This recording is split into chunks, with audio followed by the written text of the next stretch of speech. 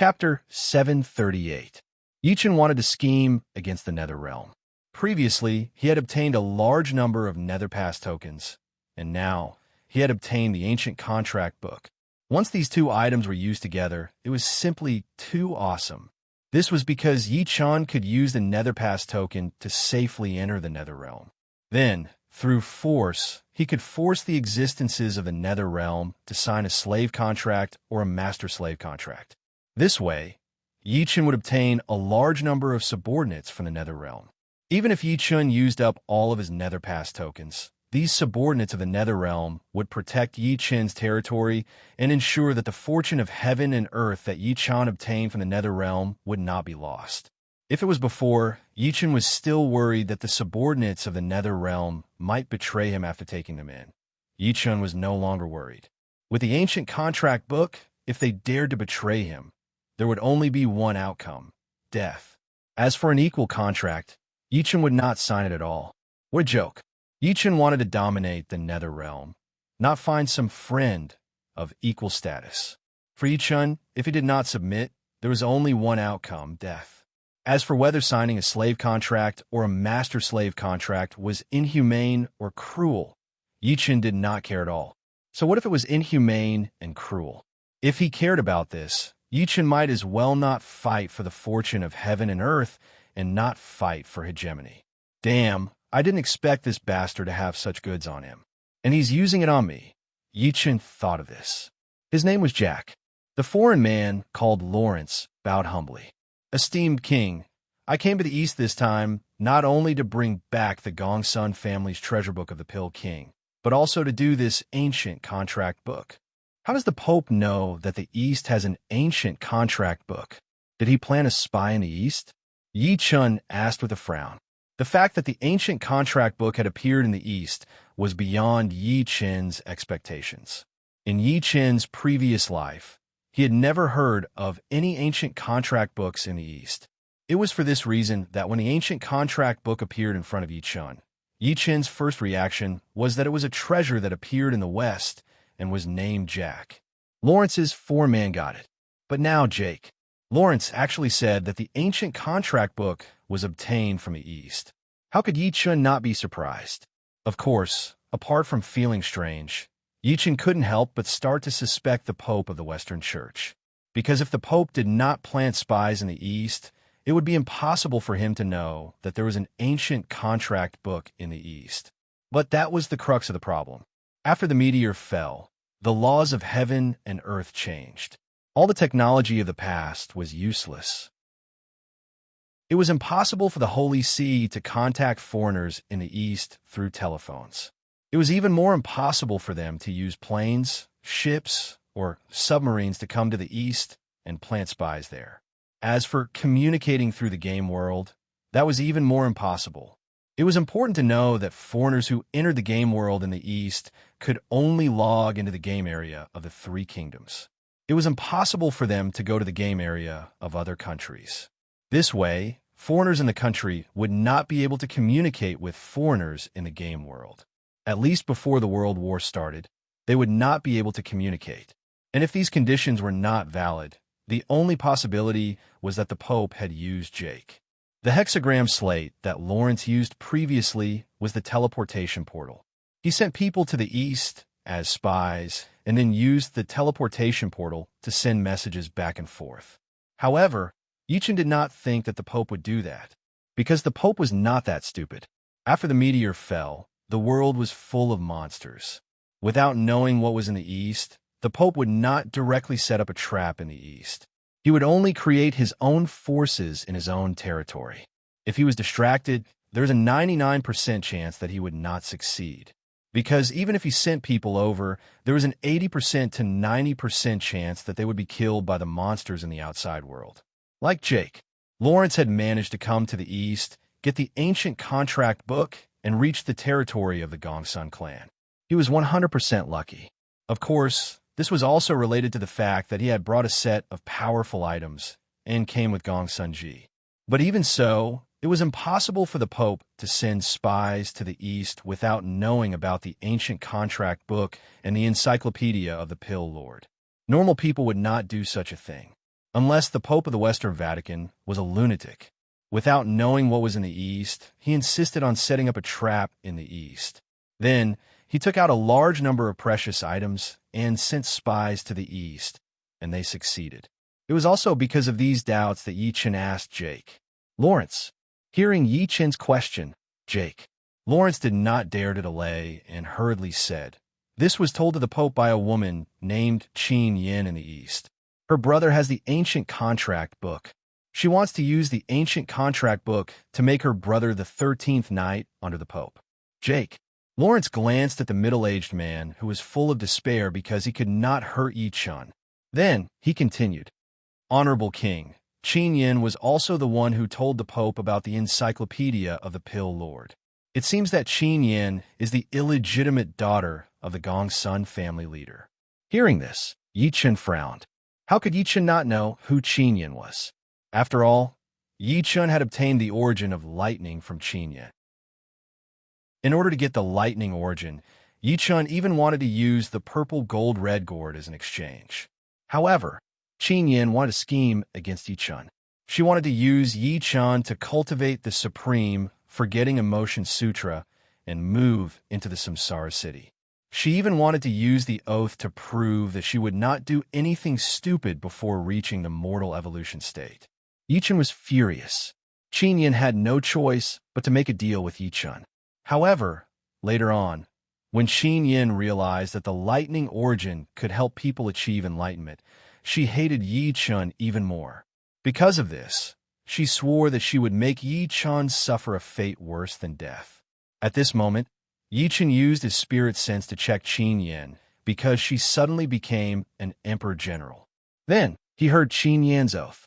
Yi Chen attacked without hesitation. However, Qin Yin, who had the invincible Jade Slip and Great Transmission Jade Slip, blocked Yi Chen's attack and fled. Of course, before leaving, Qin Yin also swore that she would make Yi Chen suffer a fate worse than death. So that's how it is. I was wondering how the Pope knew about the encyclopedia of the Pill Lord and the ancient book of contracts in the East. He even sent people here. Unexpectedly, the root of all this was Qin Yin. However, Qin Yin escaped to the foreign game area and was not killed back to level 0. How did she get involved with the Pope? Thinking about this, Yi Chen curled his lips in disdain. Stupid woman, of all things, she chose to be a traitor. Chapter 739. Just as Yi Chen was thinking this, the middle-aged man, whose eyes were filled with despair, suddenly looked at Jack and Lawrence excitedly and shouted, "Jack, where's Qin Yin's brother? Where is he? Wait, don't tell me." When the middle-aged man reached the end of his sentence, he almost screamed out loud. Obviously, he didn't want Yi Chen to know the exact location of Qin Yin's brother. As for the reason, it was very simple. Qin Yin's brother was also the middle-aged man's illegitimate son. Otherwise, he wouldn't be so excited and nervous. Hearing this, Jack and Lawrence looked at the middle-aged man and said regretfully, "Uncle, I'm sorry. When we found him, he was already on the verge of death. I tried my best, but I couldn't save him." "Bullshit. You have the cross of rebirth. How could you not save him? You didn't want to save him." "Wait, I know. He didn't want to hand over the ancient contract book. You and Gong Sun Ji kill him." Hearing this, the middle-aged man's face suddenly changed and he roared ferociously. Hearing this, Jack and Lawrence sighed helplessly and said, "Uncle, I can't save him." "Uncle, it's true that we can't save him. His body has been cut into two. Even if we use the cross of rebirth, he will still die." "How could this be? Why?"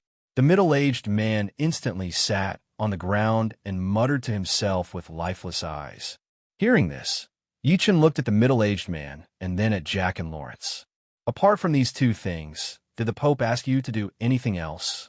"Your Majesty, in addition to these two matters, the Pope also ordered me to investigate the situation of the resource division in the East. Unfortunately, there are too many monsters outside. I really want to do it, but I can't," Jack and Lawrence hurriedly said. Hearing this, Yi Chen nodded and asked, "Qin Yin? Has Qin Yin become the Pope's woman?" "Yes, Your Majesty. She is very scheming and good with words." Her appearance is also in line with the Western aesthetic standards. Moreover, she can help the Pope wholeheartedly. Jack and Lawrence paused for a moment, then nodded and said, "Yes, Your Majesty. She is very scheming and good with words. Her appearance is also in line with the Western aesthetic standards. She can also help the Pope wholeheartedly." Sure enough, Qin Yin had used the Holy Pontiff as the object of her love, and she had succeeded. Once he started cultivating the Sublime Oblivion mantra, his cultivation speed would be extremely fast. He couldn't afford to keep Qin Yin around for too long. Thinking of this, Yi Qin narrowed his eyes and stabbed the Godslayer in his right hand at Jack and Lawrence. Poochie! A sound was heard. The black and thick Godslayer instantly pierced through Jack Lawrence's heart and came out from his back. Jack and Lawrence, who discovered that Yi Chun had attacked again and dealt him a fatal blow, looked at Yi Chun in disbelief. Why? Jack and Lawrence didn't understand why Yi Chun still wanted to kill him, even though he had told Yi Chun all his secrets and even brought out the ancient contract book. Clearly, by taking in Jack and Lawrence, Yi Chun would obtain a loyal chess piece. Furthermore, it would be a chess piece planted in the church. In this way, Yi Chun, the future king of the world, would be able to easily deal with the Pope, and Jack and Lawrence would also be able to live. However, the result was completely out of his expectations. After getting the answer he wanted, Yi Chun directly started killing. This was simply not something that an emperor with the world in his heart should do. From Jack and Lawrence's point of view, Yi Chun was an Asian man who wanted to dominate the world. What he needed to do was to seize every opportunity to win. However, the reality was completely different. Yi Chun didn't use the ancient contract book to take him in. Instead, he killed him directly. Hearing this, Yi Chun glanced at Jack and Lawrence and then said, "I only believe in power. I only believe in power. In the face of absolute power, all schemes and tricks are just a joke." Jack and Lawrence had taken out the ancient contract book and revealed the secrets that Yi Chun wanted to know. How could Yi Chun not know why? In fact, Yi Chun not only knew that Jack and Lawrence were doing this to survive, but he also knew what Jack and Lawrence were thinking. However, to Yi Chun, what Jack and Lawrence were thinking was just a joke. Others might let Jack and Lawrence go for a greater cause and then take him in as a subordinate. However, Yi Chun wouldn't do that. This was because Yi Chun wouldn't let any of his enemies go for a greater cause.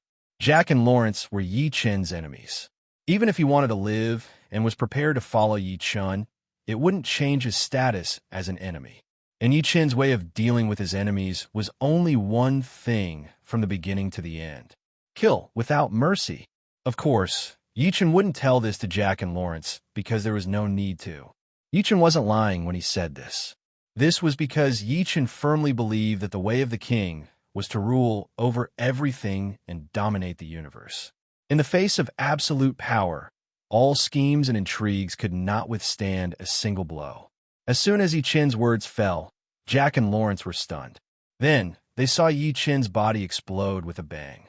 At this moment, the sky was filled with pieces of flesh and blood, mixed with internal organs, that directly sputtered out and then scattered everywhere. At the same time, the Godslayer flashed and instantly swallowed Jack and Lawrence's soul. At this moment, there was a crash. A large pile of colorful items burst out in an instant. Seeing this, Yi Chun used his divine sense and instantly checked all the items. In the next second, Yi Chun's eyes lit up. He then raised his right hand and grabbed the air. So. After a few sounds, 5 small items instantly flew towards Yi Chun. The moment Yi Chun grabbed the 5 items in his hands, the system notification rang. Ding! Congratulations to player Yi Chun for obtaining a special relic, Rebirth Cross Metal X3. Ding! Congratulations to player Yi Chun for obtaining a special relic, Ruling Sword X2. As soon as the system notification ended, Yi Chun looked at the 2 items. In an instant, Yi Chun saw the attributes of the 2 items. Rebirth Cross Metal, special precious item. Carry it with you. When you die, you could be revived instantly. The body cannot be severely damaged. Otherwise, the revival will be ineffective. Ruling Sword, special precious item. When activated, the sun's primordial fire will be activated and used to attack in the form of a sword. If it explodes, it will split into hundreds of thousands of small sun's primordial fire swords to attack the enemy. After reading the attributes of the two items, Yi Chun suddenly understood. Damn, he was wondering why Ruling Sword was so powerful. It turned out that it was the sun's primordial fire. Damn, luckily he had the Fire Spirit Pearl. Otherwise, when he was attacked by Ruling Sword, even if he wasn't stabbed to death, he would have been burned alive by the sun's primordial fire. Chapter 740. Thinking of this, Yi Chun could not help but rejoice. To be precise, he was rejoicing that the Ruling Sword did not contain much Grand Sun primordial fire. Otherwise, Yi Chun would not be able to withstand it even if he had the innate spiritual treasure Fire Spirit Pearl. The reason was very simple.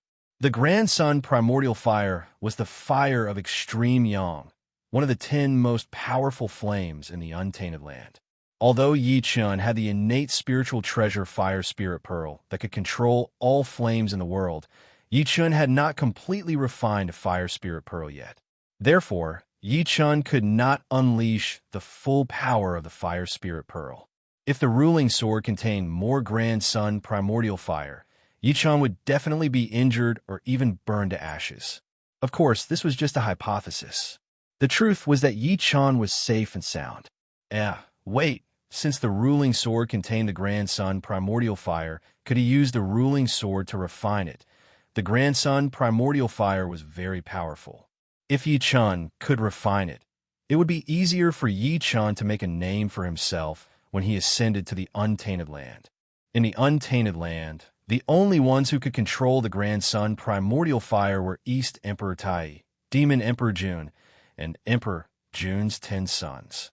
Emperor Jun's 10 sons aside, Dongwang Tai and Demon Emperor Jun. The Grand Sun primordial fire was one of the reasons why they could become the kings of the demon clan and control all the demon clans in the world, apart from their birth, their own strength, and their innate spiritual treasures. After all, the Grand Sun primordial fire was very powerful. No demon clans would be willing to touch it. Their super high realm, the Bell of Chaos, the heavenly cycle star formation derived from He-Tu and Luo Shu, and the Grand Sun primordial fire had shaped East Emperor Tai and Demon Emperor Jun. Although Yi Chun was still very weak and did not have any innate spiritual treasures that could attack and defend, Yi Chun now had the Ruling Sword that contained the Grand Sun primordial fire and the innate spiritual treasure Fire Spirit Pearl. It was possible for him to refine the Grand Sun primordial Fire Spirit Pearl. Otherwise, Yi Chun would not suddenly have such a thought. Damn it, maybe he really could. Once this matter was settled, he would go back and give it a try. If he could really refine the solar primordial flame, that would be awesome. Thinking up to this point, Yi Chun couldn't help but raise his eyebrows. He then looked at the other item, the Cross of Rebirth. This one wasn't bad either. Although it had a huge flaw, it could still be used. Wait a minute. It seemed that this thing could be used when refining the Grand Sun primordial flame, just in case. Previously, when Yi Chun was attacked by Ruling Sword, it was mostly due to the innate spiritual treasure, the Fire Spirit Pearl. If Yi Chun tried to refine it, he could only absorb it. Of course, Yi Chun wouldn't absorb all of the solar fire in Ruling Sword because it was very dangerous. Therefore, Yi Chun would only absorb a trace of it. However, even if it was only a trace of the solar fire, Yi Chun couldn't guarantee that his body wouldn't be hurt by the solar fire when he absorbed and refined it. Of course, if it was just a simple injury, Yi Chun wouldn't care too much. This was because Yi Chun had the 9 Revolutions mysterious art. It was very easy for him to heal injuries.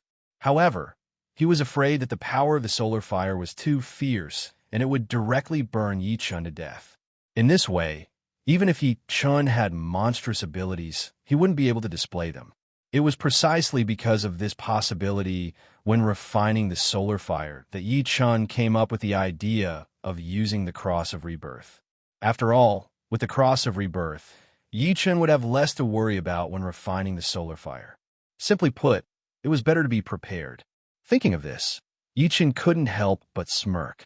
Then, he put the two items into his small world.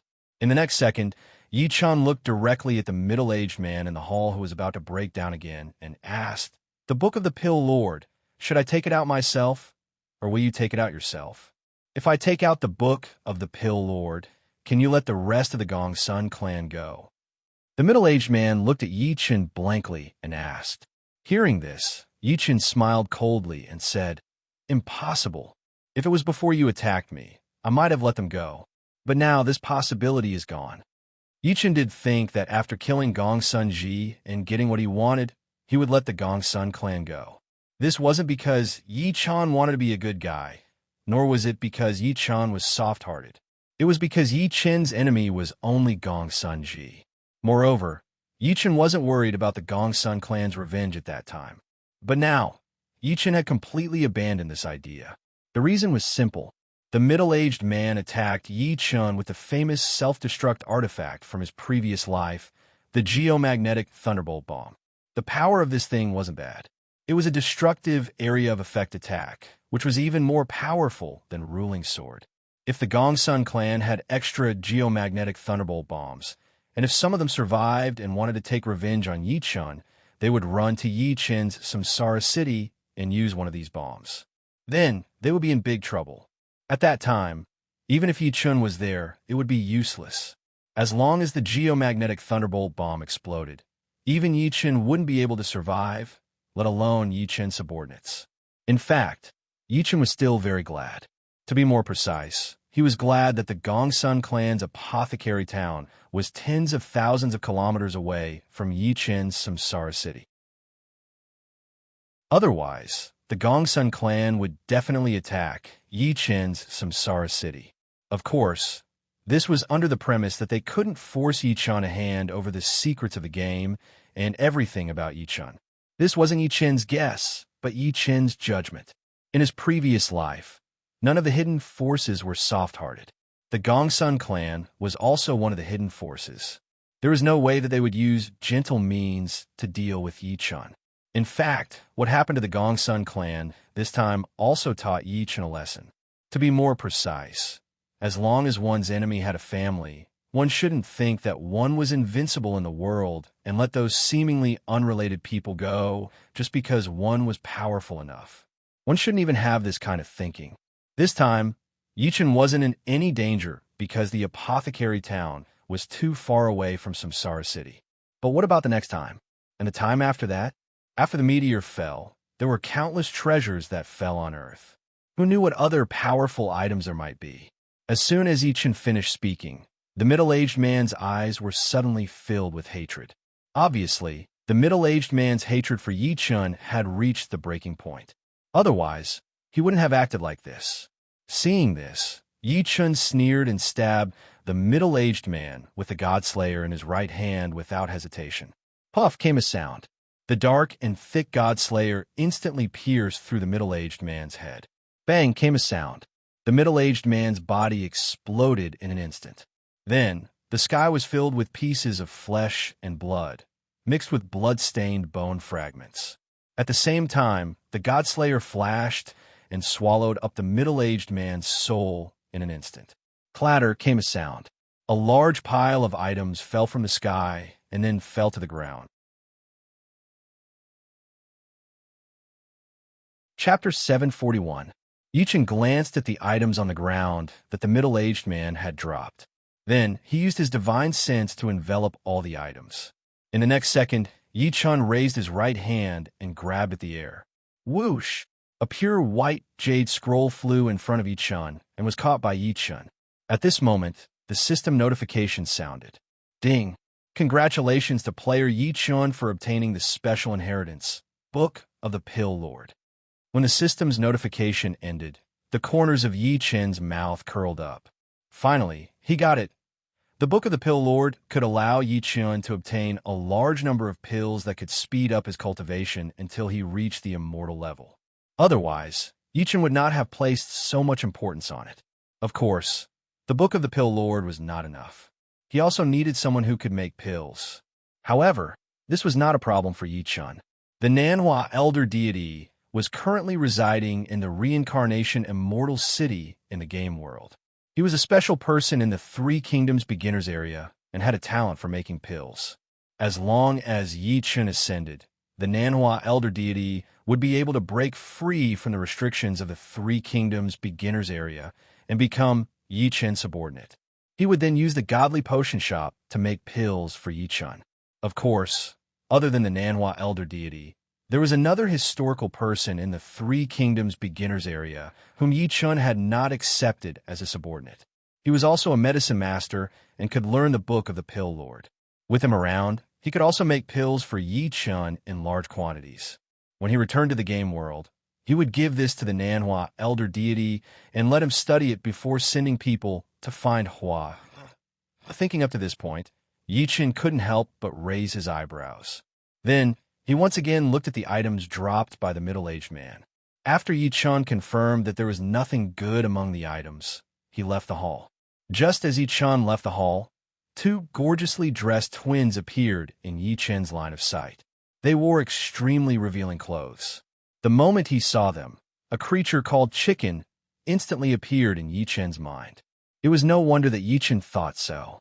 Judging from the way the two women were dressed, they looked like that kind of creature. As for whether the two girls were already in this class before the meteor crash, or whether they accepted this class for the sake of survival after the meteor crash, it had nothing to do with Yi Chen.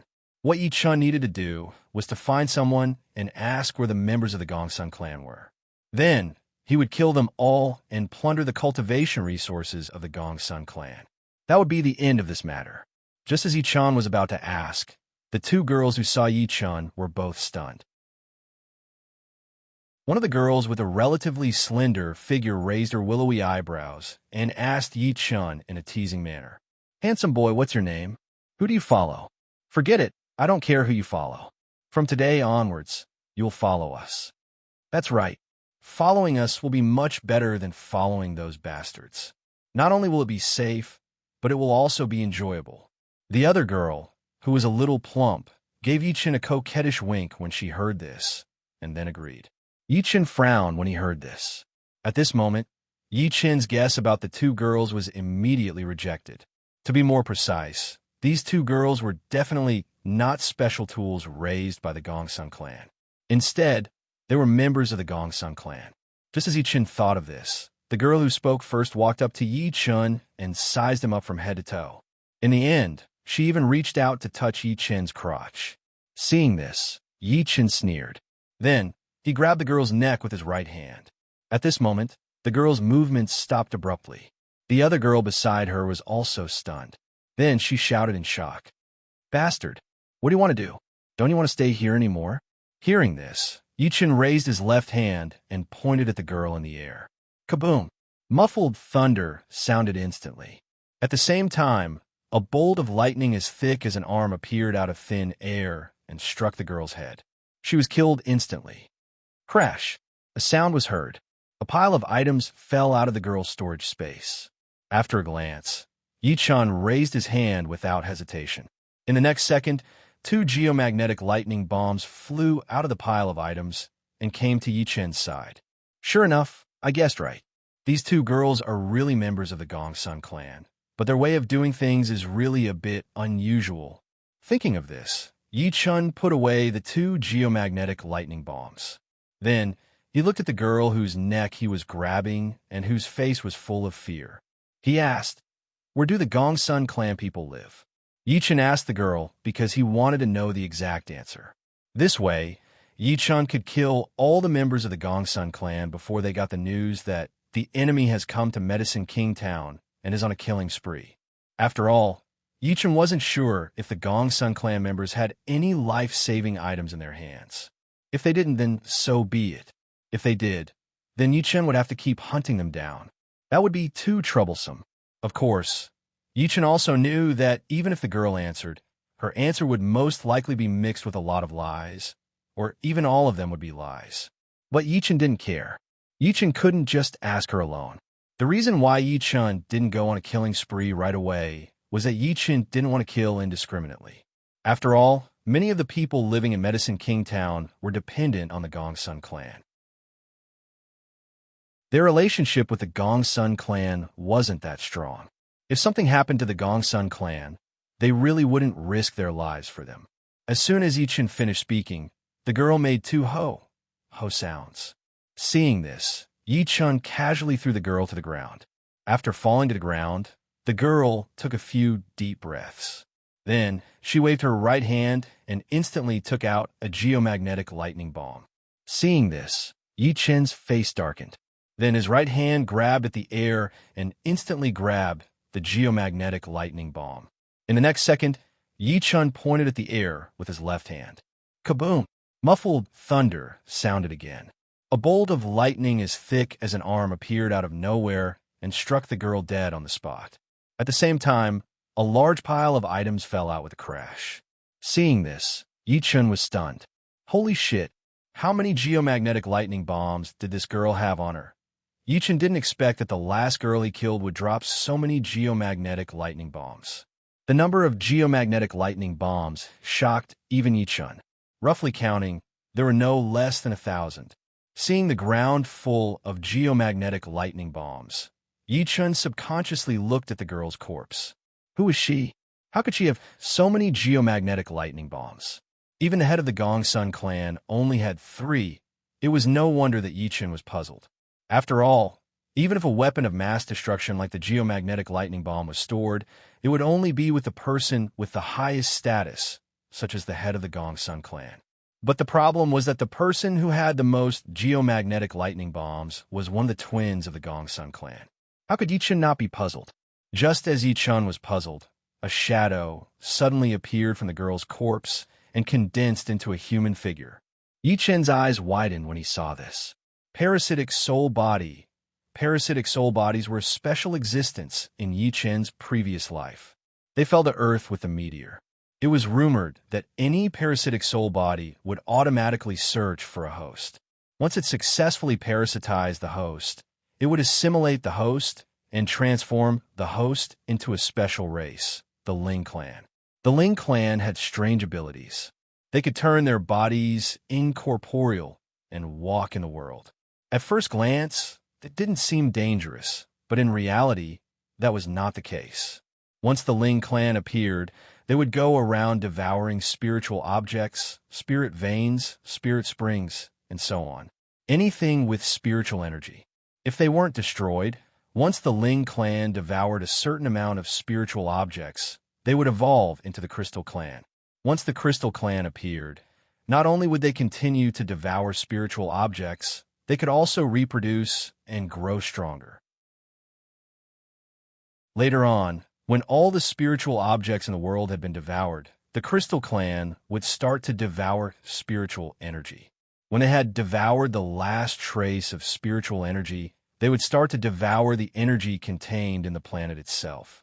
Finally, the planet would explode, and the Crystal clan would turn back into a parasitic soul body. They would continue the next cycle and never stop.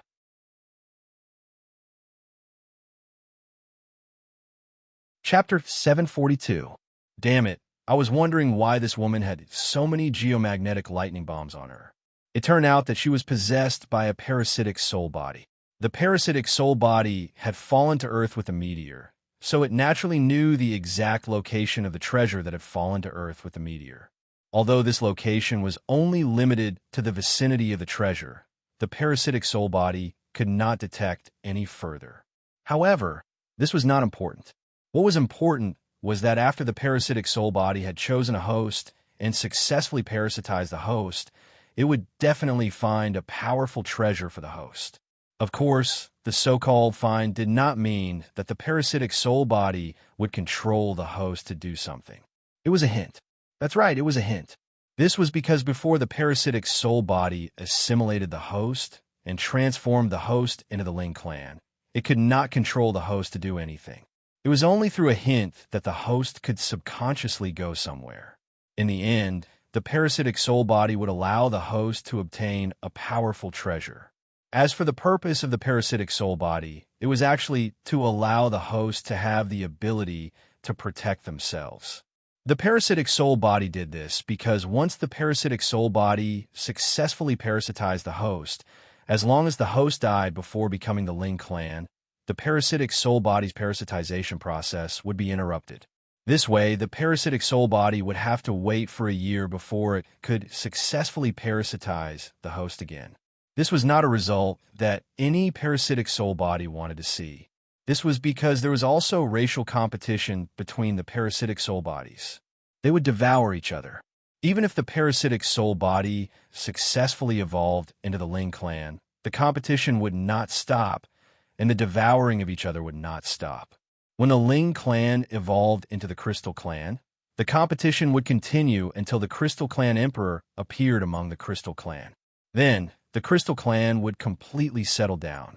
After that, all the Crystal clan would devour and reproduce like crazy in order to prepare for their next journey to devour planets. The reason Yi Chen knew this was because Yi Chen had seen the parasitic soul bodies with his own eyes in his previous life. He had also seen the process of the parasitic soul bodies fighting. At that time, Yi Chen had only thought of the parasitic soul bodies as special ghosts and did not pay much attention to them.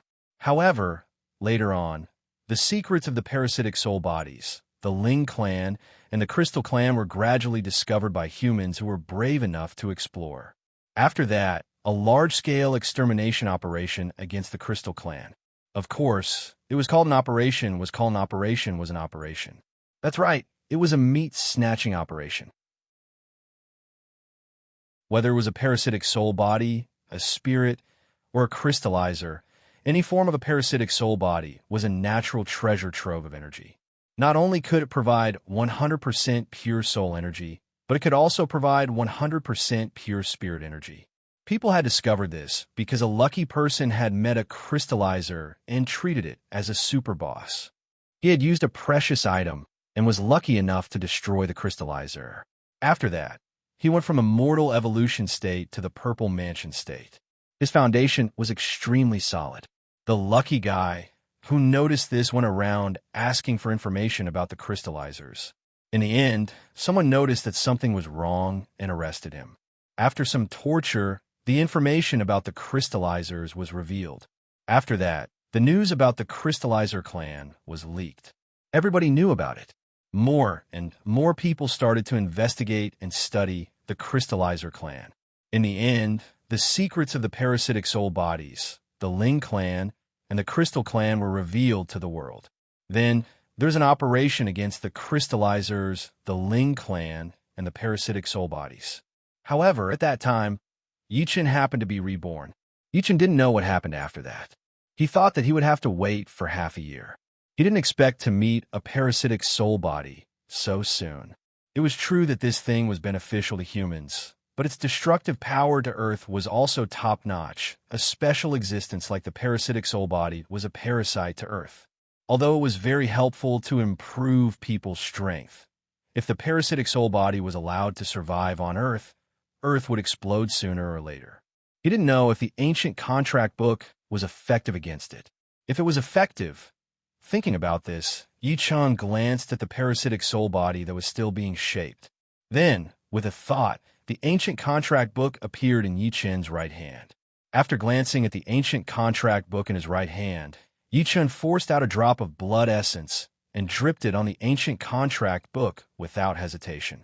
Just at this moment, the ancient contract book flashed with a red light and instantly absorbed all of Yi Chen's essence blood. At the same time, a mysterious connection appeared between Yi Chen and the ancient contract book. Yi Chen, who noticed this, smiled slightly. Then he pointed his right hand at the parasitic soul body that had already revealed its true form. In the next second, there was an earth-shaking sound of thunder. Kaboom! At the same time, a blue lightning bolt appeared out of nowhere and struck the parasitic soul body. At this moment, the electric current was in a mess. The crackling sound of the electric current was endless.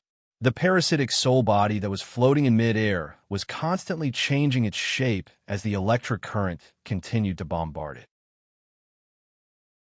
One moment it was elongated, the next moment it was narrowed, and then it turned into a ball. The parasitic soul body was not very strong. Yi Chen also had the idea of subduing the parasitic soul body. Therefore, he did not kill it directly. Instead, he planned to torture the parasitic soul body first, and then force it to sign a slave contract. After all, the existence of the parasitic soul body was too special. It could not be subdued through normal means. Otherwise, Yi-Chun would not have done this. As for the parasitic soul body that Yi-Chun wanted to subdue, it was basically impossible to subdue, was also because of sudden idea. To be precise, Yi-Chun wanted to use this parasitic soul body without a host in front of him to lure out the parasitic soul bodies with a host. Then, he would violently subdue these hosts. After these hosts evolved into crystallizers, Yi-Chun would fly away from Earth with these crystallizers when he became an immortal and gained the ability to enter the stars. Then he would throw these subdued crystallizers to other planets. In this way, Yi-Chun would have countless bases that could continuously produce supertonic pills.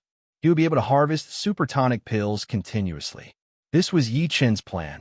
It was very sick and very violent. It was completely relying on the characteristics of the parasitic soul body to devour the stars and increase the strength of Yi-Chun and his army. Of course, Yi-Chun's plan was very good. However, even Yi-Chun himself did not know the probability of success. After all, Yi-Chun did not know whether the parasitic soul body would submit and then agree to sign a slave contract. As for whether it was inhumane to do so, that was nonsense. Unless the parasitic soul body gave up on the host, the parasitic soul body would coexist with the host soul.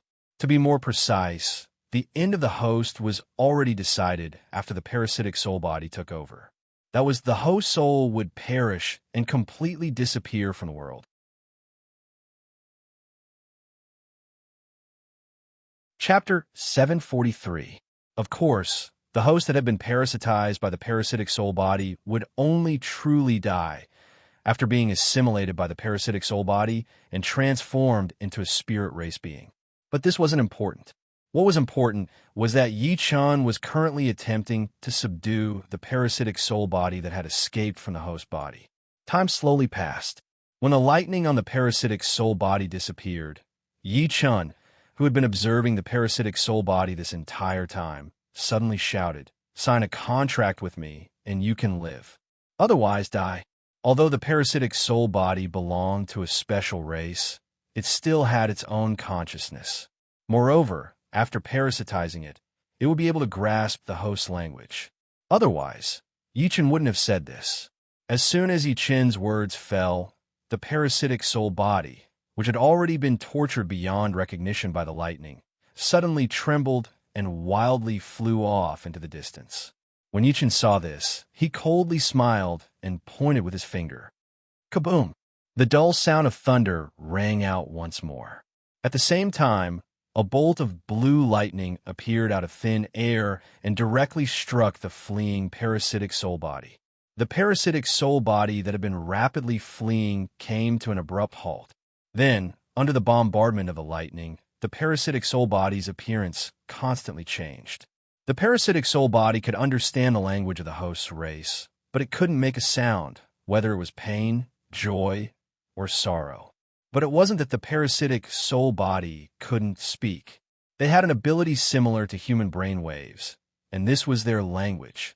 If one used a special tool or reached the Violet Palace realm, they would be able to hear the parasitic soul body's cries. At this moment, the parasitic soul body that was being continuously tortured by the lightning was using its unique language to loudly shout at Yi-Chun. To be more precise, it was howling in pain and cursing Yi-Chun at the same time. When Yi-Chun heard the parasitic soul body's howls and curses, he disdainfully curled his lips. Without waiting for the lightning to disappear, he pointed with his finger again. In the next second, a blue bolt of lightning as thick as a thumb appeared and struck the parasitic soul body. Kaboom! After the dull rumble of thunder, the parasitic soul's wails became even more mournful. In less than a breath's time, the parasitic soul used its unique language to anxiously transmit a thought to Yi-Chun. "I submit. I'm willing to sign the contract." "Stop it." Yi-Chun, whose consciousness had been locked onto the parasitic soul body, raised his eyebrows when his primordial spirit heard the parasitic soul body's message. Then he moved his feet and instantly arrived beside the parasitic soul body. Glancing at the parasitic soul that was still dancing, Yi-Chen placed the ancient contract book in his right hand in front of him and flipped it open. In the next second, the thought of signing a slave contract, a master-slave contract, or an equal contract instantly appeared in Yi-Chen's mind. Sensing this, Yi-Chen chose the slave contract without hesitation. As soon as Yi-Chen made his decision, a huge 8 trigrams array appeared on the ground, emitting countless rays of golden light. There were tens of thousands of symbols within, and within the light screen, tadpole-like characters continuously swam about. It was exceptionally gorgeous. At the same time, the sound of the great Tao appeared out of thin air. Looking at the mysterious 8 trigrams array beneath his feet, Yi-Chen couldn't help but be stunned. So it wasn't a 6-pointed star array. This was the first time Yi-Chen had used the ancient contract book. Before this, Yi-Chen subconsciously thought that after using the ancient contract book, a Western 6-pointed star array would appear. He didn't expect that this wasn't the case, but rather the Eastern 8 trigrams array. It didn't matter what it was. The key was that it was useful. As he thought of this, Yi-Chen couldn't help but smile. At this moment, the 8 trigrams array beneath Yi-Chen's feet suddenly emitted 2 red pillars of light. Then they covered Yi-Chen and the parasitic soul body. In the next second, a mysterious and incomprehensible sound suddenly sounded out. This was a special language, like the sound of soul. It also contained the aura of the great Tao. The moment Yi-Chen heard the voice of the soul, the thought of using the enlightenment stone to comprehend this voice instantly appeared in his mind. But immediately, Yi-Chen forcefully suppressed this thought. If he could comprehend this soul sound, Yi-Chen would grasp one or even more soul-related abilities. This would be greatly beneficial to Yi-Chen. But if Yi-Chen really used the enlightenment stone to comprehend this sound, then the contract process of the ancient contract book would be interrupted. The soul sound would also come to an end. In this way, not only would Yi-Chen be unable to continue comprehending the soul sound, but he would also be unable to subdue the parasitic soul body. Yi-Chen didn't want to see such a result, so he forcefully suppressed this impulse. After all, the ancient contract book was in Yi-Chen's hands. Although it was very difficult for Yi-Chen to comprehend the soul sound that contained the aura of the great Tao, it was too easy for Yi-Chen to create an opportunity to comprehend it. To be more precise, as long as Yi-Chen wanted to comprehend it, he only needed to use the ancient contract book to subdue some slaves and servants. Then, he could sign a contract with them. The soul sound that contained the aura of the great Tao would appear again. At that time, Yi-Chen could comprehend it if he wanted to. It didn't matter if he failed. He could just continue to comprehend it. Of course, this was in the future. But now this was not true. This was because Yi-Chen wanted to subdue the parasitic soul body as soon as possible. This way, Yi-Chen could subdue the parasitic soul body with a host earlier. Then he could wait for these parasitic soul bodies to evolve into crystallizers.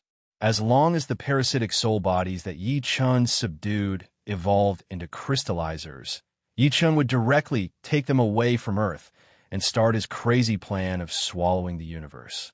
Time passed by slowly. The moment the soul sound that contained the aura of the great Tao ended, Yi-Chen felt that he could control the life and death of the parasitic soul bodies with just his mind. Yi-Chen, who noticed this, couldn't help but raise his eyebrows. Finally, success, F***CK. This plan can proceed. Just as Yi-Chen thought of this, the parasitic soul body that had just signed a slave contract with Yi-Chen respectfully bowed to Yi-Chen. Then, it quietly stood where it was, waiting for Yi-Chen's orders. Yi-Chen looked at the parasitic soul body that he had just subdued and asked, "Are there any parasitic soul bodies nearby? Are there any parasitic soul bodies nearby? What is the maximum range that you can attract parasitic soul bodies to?" Subduing the parasitic soul bodies was the first step of Yi-Chen's plan of swallowing the universe. The next step was naturally to subdue enough parasitic soul bodies that had hosts. As soon as Yi-Chen finished speaking, the parasitic soul body bowed to Yi-Chen. Then, it transmitted a message to Yi-Chen. Master, there are no parasitic soul bodies nearby. The maximum range that I can attract parasitic soul bodies to is 100 kilometers. Right now, 2 of them have sensed me and are rushing here.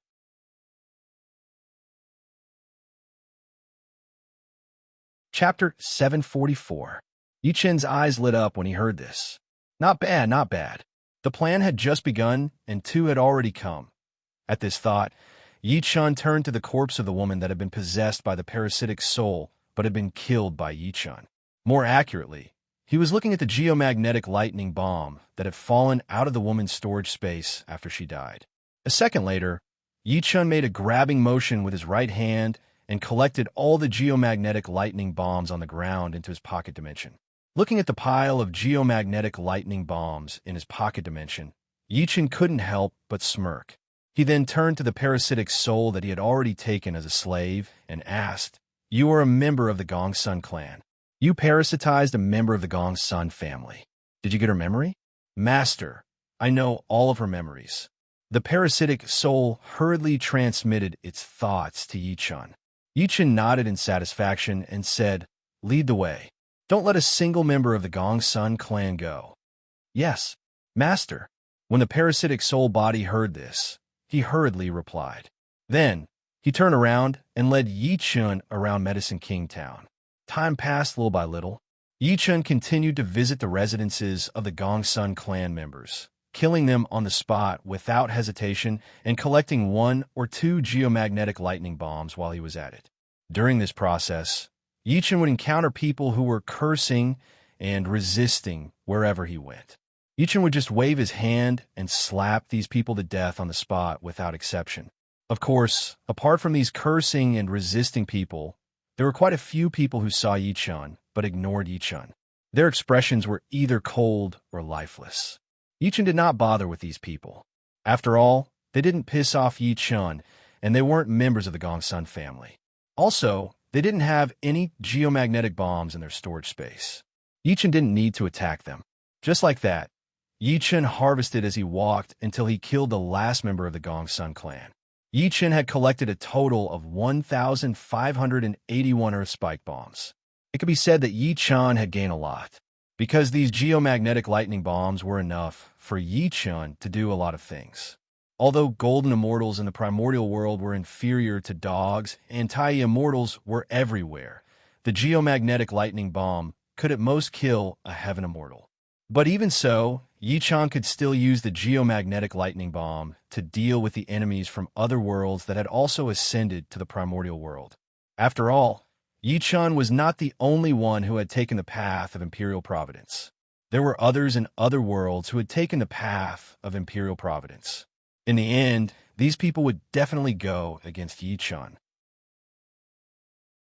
To deal with these people, Yi Chen didn't care about kindness, righteousness, or morality. He would directly use one word, kill. Simply and crudely, he would kill these people and take away the heaven and earth chi they had brought from the world where they came from.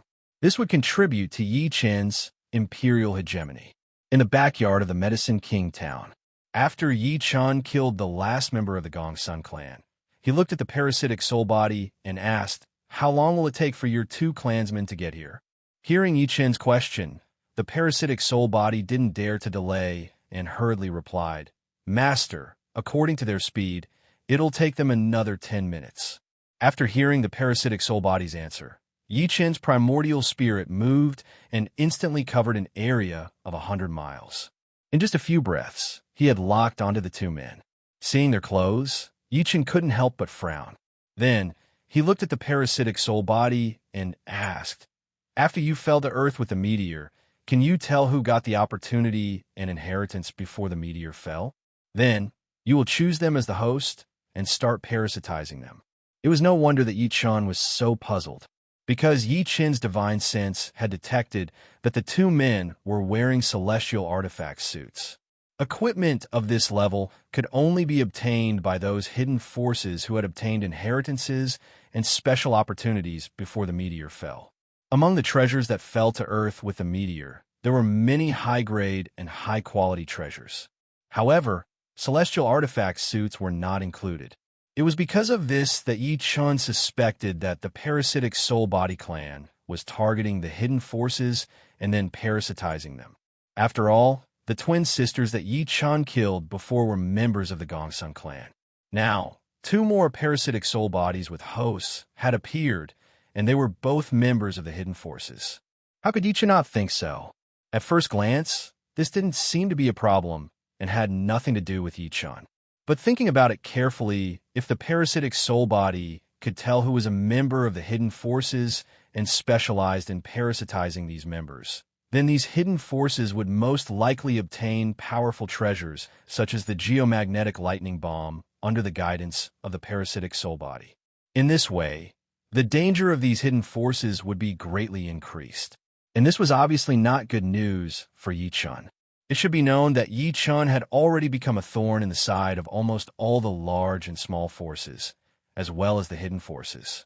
With Yi Chun around, these large and small forces and hidden families could forget about getting the biggest share of the pie in the Three Kingdoms novice area. Of course, besides bearing a grudge against Yi Chun, these large and small forces, as well as the hidden forces, were also deeply jealous of him.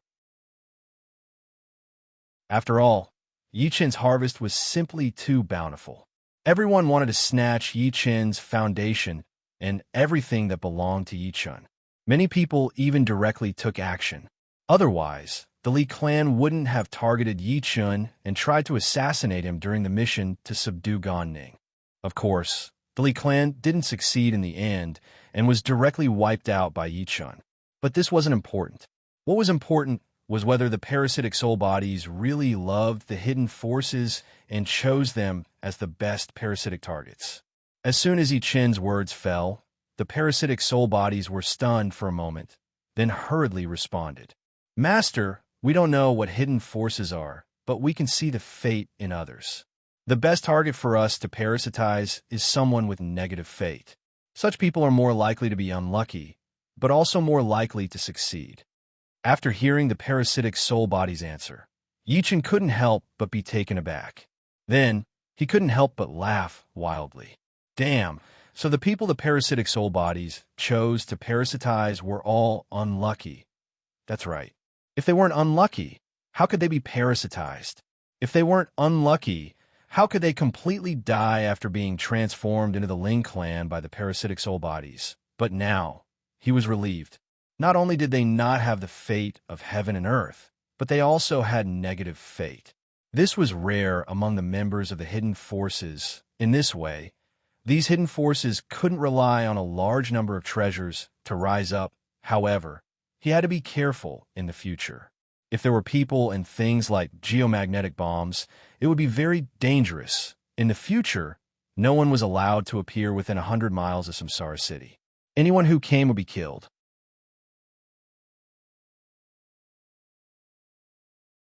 Chapter 745. With this in mind, Yi Chun collected his thoughts and turned to the parasitic soul he had already enslaved. He asked, does the Gongsun clan have any special spaces like secret realms? The Gongsun clan was one of the hidden forces. However, when Yi Chun wandered around Yawang Town, other than killing the members of the Gongsun clan and collecting some geomagnetic lightning bombs, he didn't find anything. Even when Yi Chun used his consciousness to scan the entire Yawang Town, the result was the same. This was beyond Yi Chun's expectations. In Yi Chun's opinion, the Gongsun clan should have obtained more than just the encyclopedia of the Pill Lord before the meteor fell. At the very least, they should have obtained some equipment or elixirs.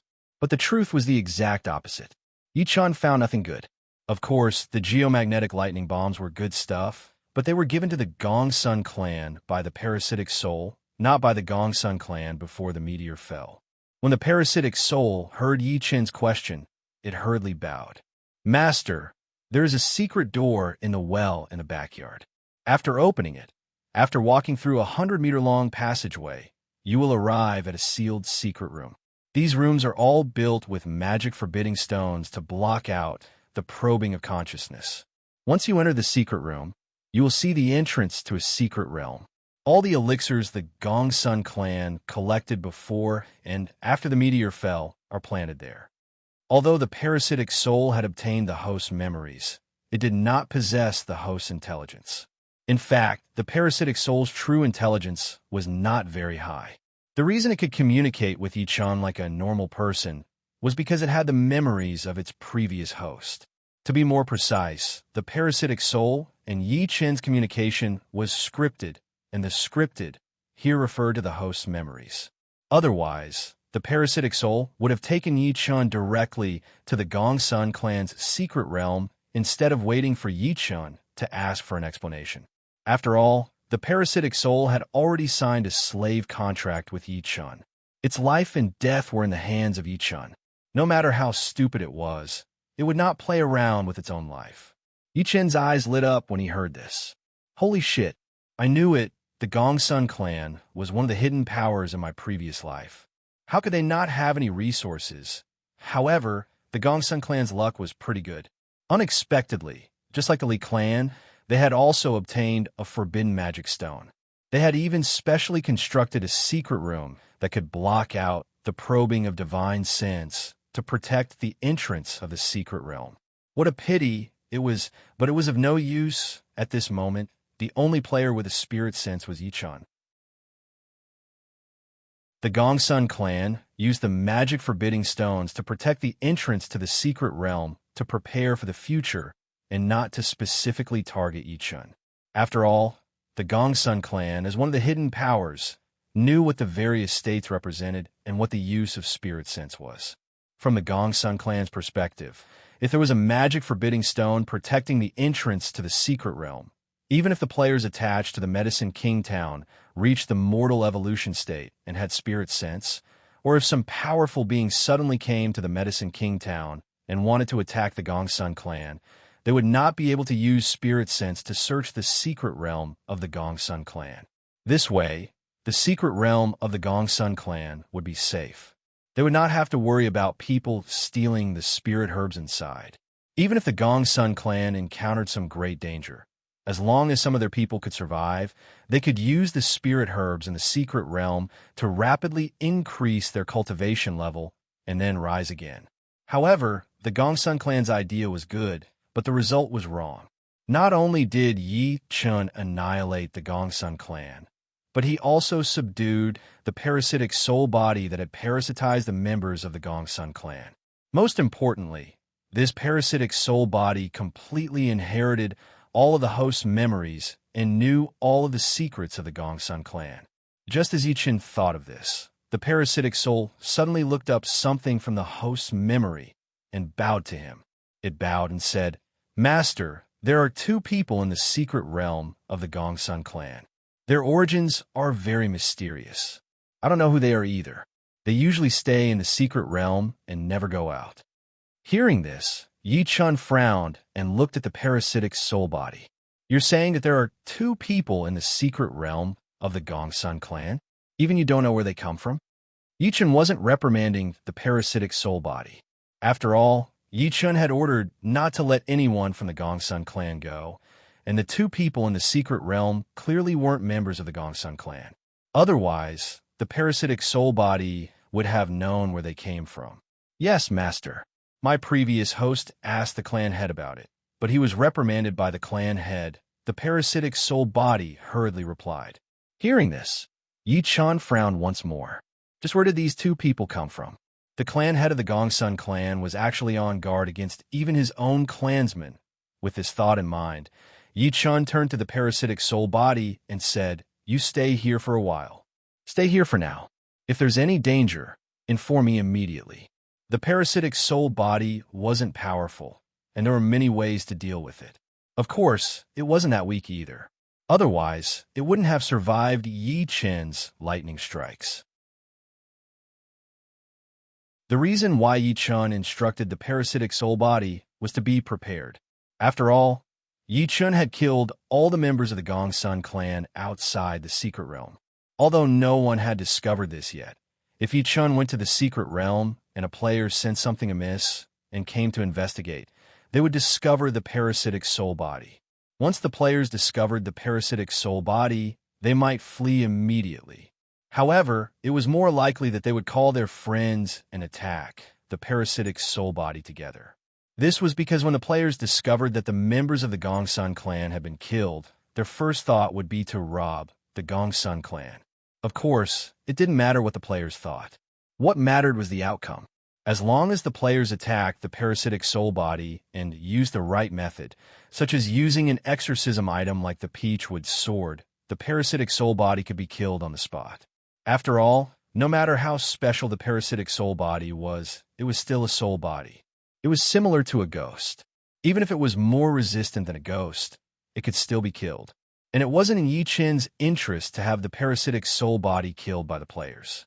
Of course, if Yi Chen kept the parasitic soul body in the ancient contract book or brought it with him to the secret realm, the parasitic soul body would be safe. This was true, but Yi Chen couldn't do that. This was because Yi Chen still needed the parasitic soul body to attract the two hosts that it had lured over. If Yi Chen really kept the parasitic soul body or brought it with him into the secret realm, the two parasitic soul bodies with hosts would definitely lose contact with each other. Then, they would sense danger and stop moving forward. They would also urge the hosts to leave quickly. This outcome was also not in Yi Chen's interest. It wasn't impossible for Yi Chen to chase after them and forcefully capture them, but the problem was that Yi Chen didn't know how to clone himself. If he wanted to capture them, he could only capture one first. This way, the other parasitic soul body would definitely sense that something was wrong. After all, the parasitic soul bodies could sense each other. If the other parasitic soul body sensed danger, it was very likely that it would urge the host to flee quickly. It might even use a life-saving escape item.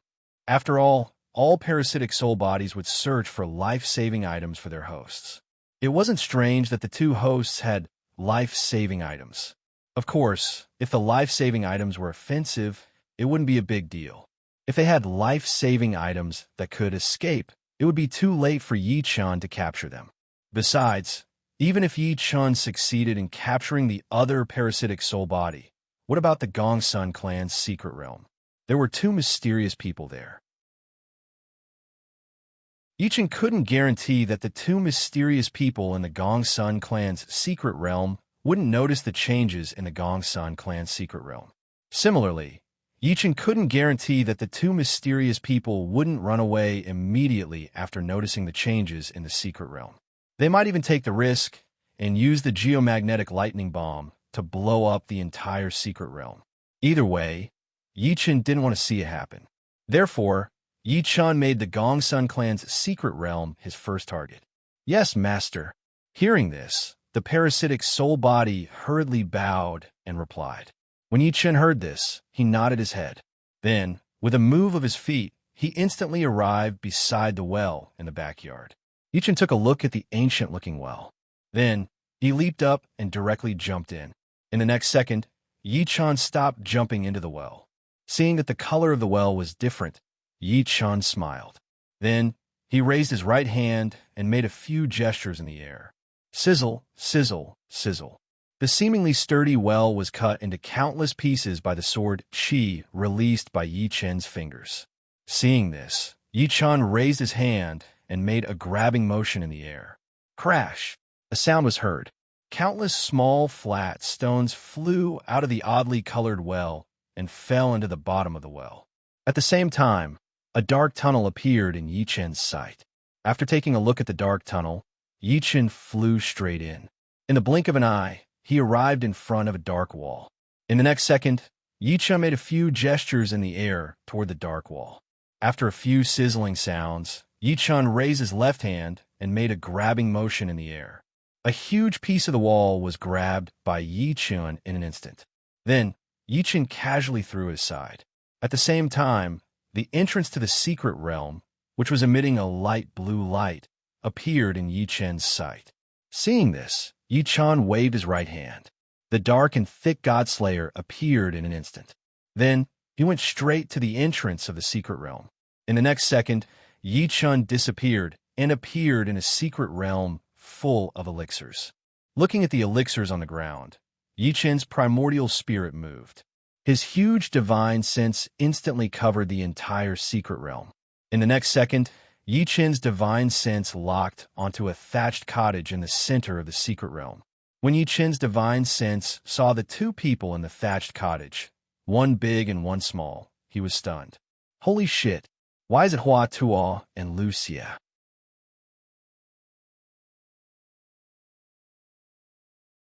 Chapter 746. Yi Chen would never have guessed that the mysterious figures mentioned by the parasitic soul were Hua Tuo and Lucia, the second prince of the Great Han Empire. This was beyond Yi Chen's expectations. Yi Chen had been prepared to act at any time. After all, Yi Chen wasn't sure how dangerous the two mysterious figures in the Gongsun clan's arcane realm were. Yi Chen didn't want to get hurt because of carelessness. Therefore, he had summoned the God-Slayer before entering the arcane realm. He was prepared to kill the two people in the arcane realm as soon as he sensed that something was wrong. But the result was the opposite of what Yi Chen had expected. Damn it. How could it be Hua Tuo and Lucia? How did the Gongsun clan subdue Hua Tuo and Lucia? No.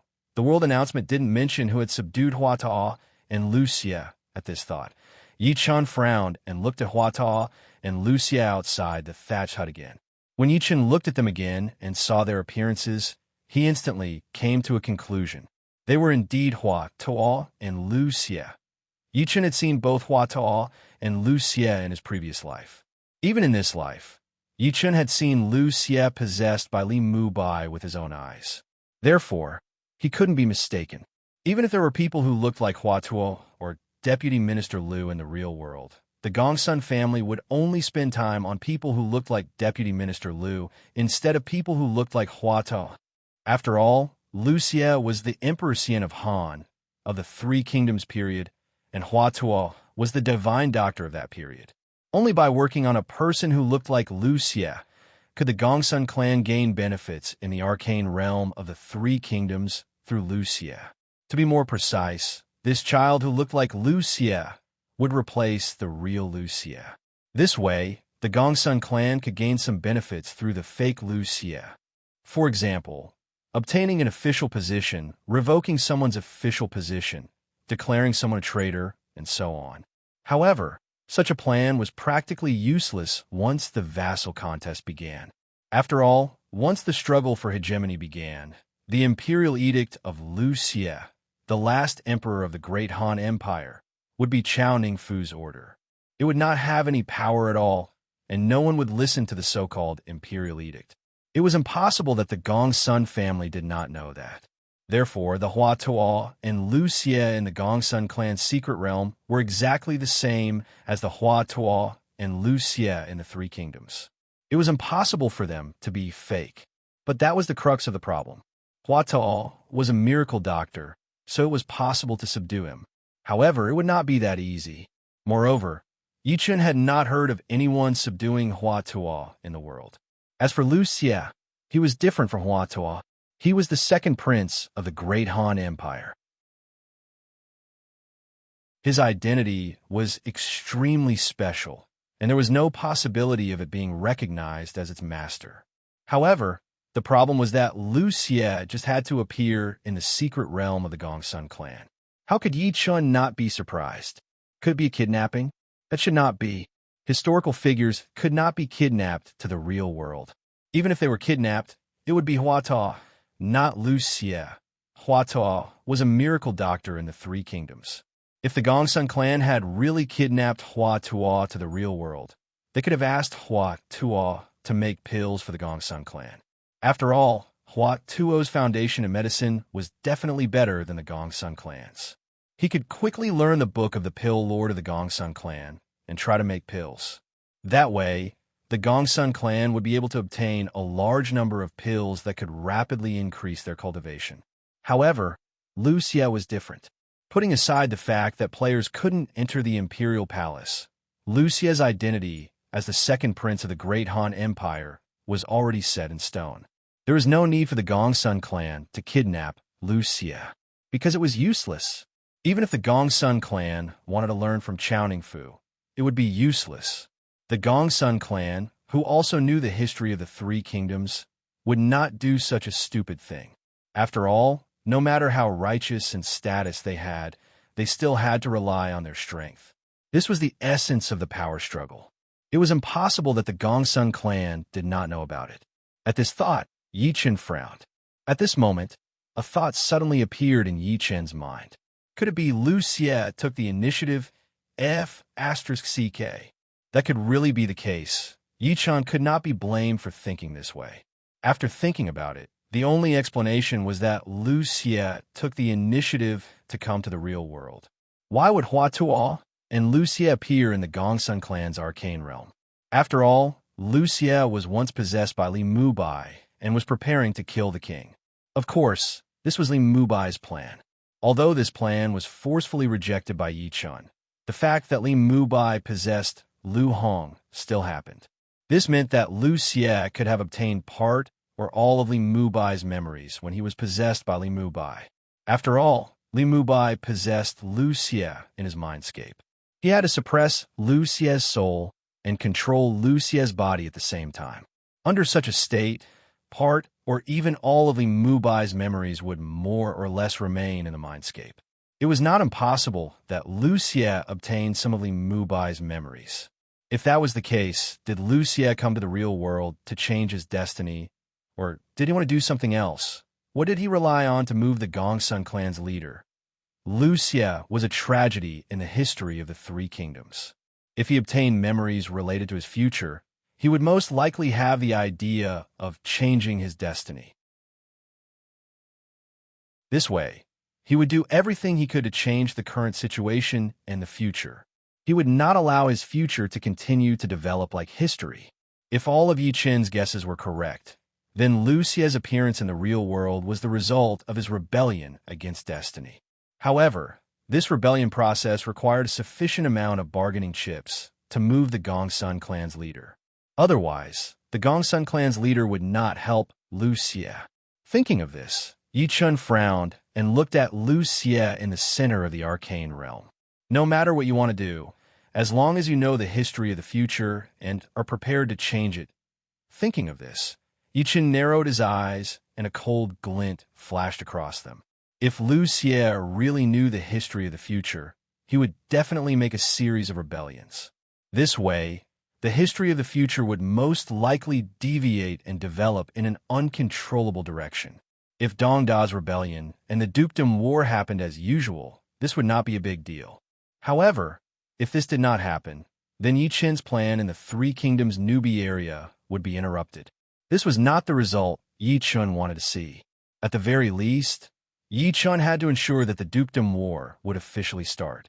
As soon as the dukedom war started, Yi Chen would be able to sweep the world, establish a country, and ascend. Thinking of this, Yi Chen took a step forward and arrived outside the thatched cottage in the center of the arcane realm. Hua Tuo, who was carefully taking care of the herbs, and Lu Xie, who was cultivating, noticed that there was an extra person in the thatched cottage. They looked at Yi Chen at the same time. The next second, two exclamations suddenly sounded. "You Lord Beach! You Lord Beach!" Hearing this, a thought instantly appeared in Yi Chen's mind. These two people, if I'm not wrong, are the real Hua Tuo and Lu Xie. Thinking of this, Yi Chen nodded and glanced at Lu Xie. Then, he looked at Hua Tuo, who was stunned when Yi Chen appeared, and asked, "Dr. Hua, why did you come to this world?" Lu Xie was young, but he was full of schemes. Otherwise, he would not have asked Lu Hong to be Yi Chen's disciple in the palace hall. Therefore, Yi Chen did not intend to ask anything from Lu Xie. If he wanted to ask, he would ask Hua Tuo. After all, if Yi Chen's judgment was true, Lu Xie would not tell the truth to Yi Chen. Hearing Yi Chen's words, Hua Tuo could not help but look at Lu Xie. Lu Xie's expression changed slightly, and then he bowed to Yi Chen. "Brother-in-law, after being plotted against, Xie felt unwell, so I begged my father to find the divine Dr. Hua Tuo to treat me. However, I was unlucky.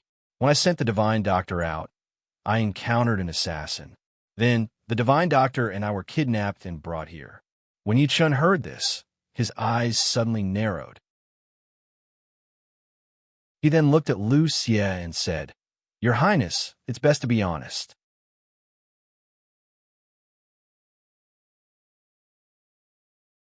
Chapter 747. Yi Chen's words were cold because Yi Chun didn't believe Lu Xie's story of being kidnapped at all. The Gongsun clan wouldn't do something so wasteful. Let's talk about the Imperial Palace. No matter how damaged the Great Han Empire was, it wasn't easy to enter the Imperial Palace. Moreover, the ones who entered the Imperial Palace were the Gongsun clan's assassins. Even if the Gongsun clan really sent out assassins to capture Lu Xie, they wouldn't be able to break through the gate of the royal palace without any spies. After all, not only was the imperial city heavily guarded, there were also many monarch-level generals and many monarch-level generals among the imperial guards that guarded the imperial city. It was impossible for the Gongsun clan to sneak into the imperial palace without alerting the palace guards. Therefore, if the Gongsun clan really wanted to kidnap Lu Xie, they had to have a spy. And this spy could only be a native of the Three Kingdoms game area. Furthermore, it had to be a spy who had considerable influence within the imperial city and could mobilize the imperial guards. Therefore, this spy could only be a member of the Great Han royal family or someone related to the royal family, such as Zhongli, Lu Hong, Lu Bian, and Lu Xie. But these people couldn't be subdued by the Gongsun clan. Even Yi Chen couldn't subdue them through normal means. But the problem was that Lu Xie was really kidnapped to the real world. Therefore, there was only one possibility. Lu Xie was the spy. In that case, Lu Xie's claim of being kidnapped was purely a blatant lie. Lu Xie's expression changed when he heard Yi Chen's cold words, but he quickly regained his composure. He looked at Yi Chen and said, "Brother Yi, don't worry. Brother-in-law, why did you say I was lying?" At this moment, Hua Tuo looked at Yi Chen in confusion, then bowed and said, "Lord Ghost King, it is true that His Highness the Second Prince was forced to come here by evil people." When Yi Chen heard this, he glanced at Lu Xie, then looked at Hua Tuo. "Dr. Hua, Yuzhou is in urgent need of famous doctors. Would you like to work for me in Yuzhou?" "Thank you, Lord Yu of Beach, for your kindness. I, Hua Tuo, am but an ordinary man. I only wish to travel the world and save people. I have no desire for fame and fortune." Hua Tuo was slightly stunned when he heard this. He then bowed to Yi Chen. Yi Chen frowned slightly after hearing this, before a thought crossed his mind. In the next second, the Book of the Pill Lord appeared in front of Hua Tuo. Hua Tuo was taken aback when he saw the pure white jade slip flying towards him. At this moment, Yi Chen spoke. "This is a precious alchemy tome. Physician Hua, why don't you take a look at it before making a decision? As for how to use it, all you have to do is place it on your forehead and feel it with your heart." Hua Tuo was obsessed with medicine and did not covet fame and fortune. Yi Chen knew this very well. Therefore, Hua Tuo's refusal to follow Yi Chen was within Yi Chen's expectations. Although Yi Chen was unhappy with this result, Yi Chen would not be angry because of it. Of course, Yi Chen would not give up because of this. After all, there were many benefits to taking Hua Tuo under his wing. As for Yi Chen's reason for persuading Hua Tuo, it was naturally because of the Book of the Pill Lord that Yi Chen took out. In Yi Chen's opinion, Hua Tuo should be similar to the scientists who were devoted to studying science before the meteor fell in the real world. If Hua Tuo saw the content recorded in the Book of the Pill Lord, he would definitely be attracted by the vast alchemy knowledge recorded in it. He would then take the initiative to overturn his previous refusal and choose to follow Yi Chen. After all, Hua Tuo was from the period of the Three Kingdoms. He knew that he could not steal other people's knowledge. However, Hua Tuo wanted to learn the knowledge recorded in the Book of the Pill Lord. In this case, he could only follow Yi Chen.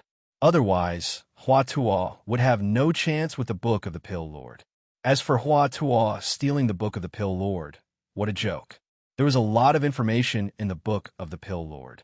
Just the herbal medicine alone was enough for an ordinary person like Hua Tuo to absorb for half a day. It was impossible for him to absorb all the information in the Book of the Pill Lord in such a short time. If Hua Tuo forced himself to absorb all the information, there would only be one outcome. His brain would explode from the massive amount of information. After Yi Chen's words, Hua Tuo was stunned for a moment.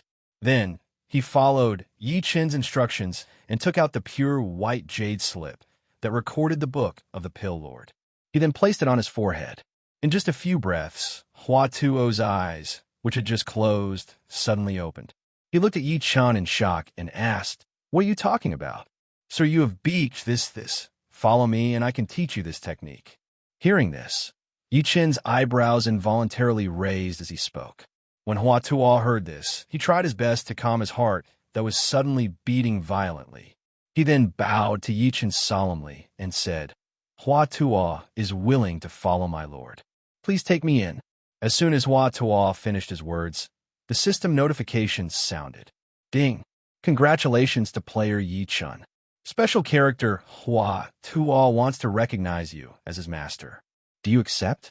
As soon as the system notification ended, Yi Chun accepted it without hesitation. What a joke. Yi Chun had originally planned to take Hua Tuo in.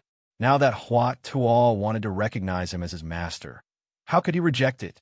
As soon as Yi Chun made his decision, the system notification sounded again. Ding! Congratulations to player Yi Chun for successfully taking in special character Hua Tuo.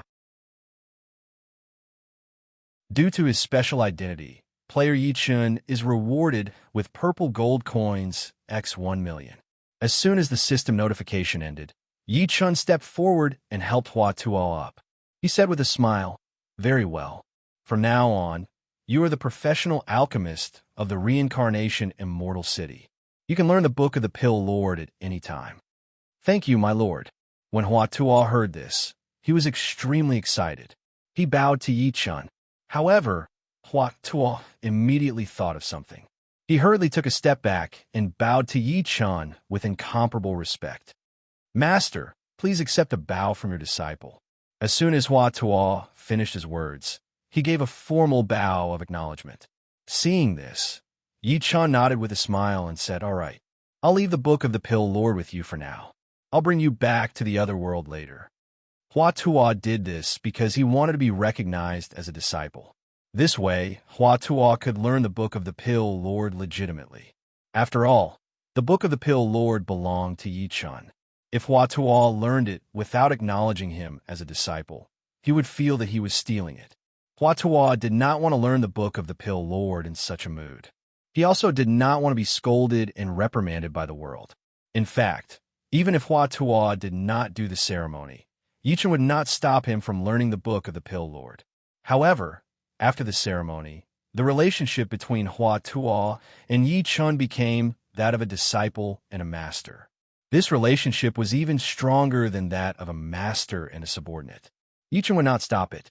Hua Tuo was overjoyed when he heard Yi Chun's words. He bowed to Yi Chun and said, "Yes, master." When Yi Chun heard this, he nodded with a smile and said, "That's right. Don't resist." After saying this, Yi Chun waved his right hand and Hua Tuo was immediately kept in the small world by Yi Chun. At this moment, Lu Xie, who had witnessed the whole process of Yi Chun subduing Hua Tuo, suddenly changed his expression. He looked at Yi Chun nervously and said, "Brother-in-law, I have some matters to attend to." Brother-in-law, I still have some matters to attend to, so I'll return to that world first."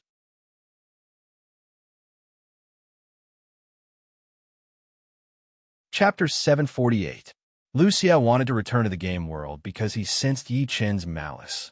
He was afraid, so he wanted to leave the real world and return to the game world as soon as possible. Lu Xie didn't wait for Yi Chun's reply and ran towards the Secret Realm's exit. This was the Gongsun clan's secret realm. Lu Xie couldn't return to the game world with just a thought, so he could only leave the secret realm first and then return to the game world. When Yi Chun heard Lu Xie's panicked words, he smiled coldly. Then, he moved his feet and instantly appeared in front of Lu Xie. He looked at Lu Xie and asked, "Your Highness, didn't you say you were kidnapped? How do you know how to return to that world?" Yi Chun had long since determined that Lu Xie was lying through his teeth. Now that Yi Chun said this, he naturally wanted to provoke Lu Xie. As for Yi Chun's goal, it was to destroy all of Lu Xie's reliance and force him to sign a slave contract. This way, Yi Chun would be able to ask Lu Xie what he had done in the Three Kingdoms Newbie region, what he wanted to do in the real world, and what he had promised the Gongsun clan to make the Gongsun clan's patriarch spend so much money to help him. Among all this, Yi Chen was most concerned about whether Lu Xie had disturbed the course of history. If Lu Xie had really done something to disturb the course of history, Yi Chen would definitely find a way to change it back to its original course. After all, Yi Chen didn't want to see the Dongda rebellion and the dukedom struggle not start normally, because this would cause Yi Chen's plan in the Three Kingdoms Nubi region to be ruined. As for Yi Chen forcing Lu Xie, a child who wasn't even 10 years old, and even wanting to take him as a slave, wasn't that too cruel and perverted? Yi Chen didn't think so, and he didn't have any sympathy or pity. One had to know that Lu Xie had definitely obtained Li Mubai's memories.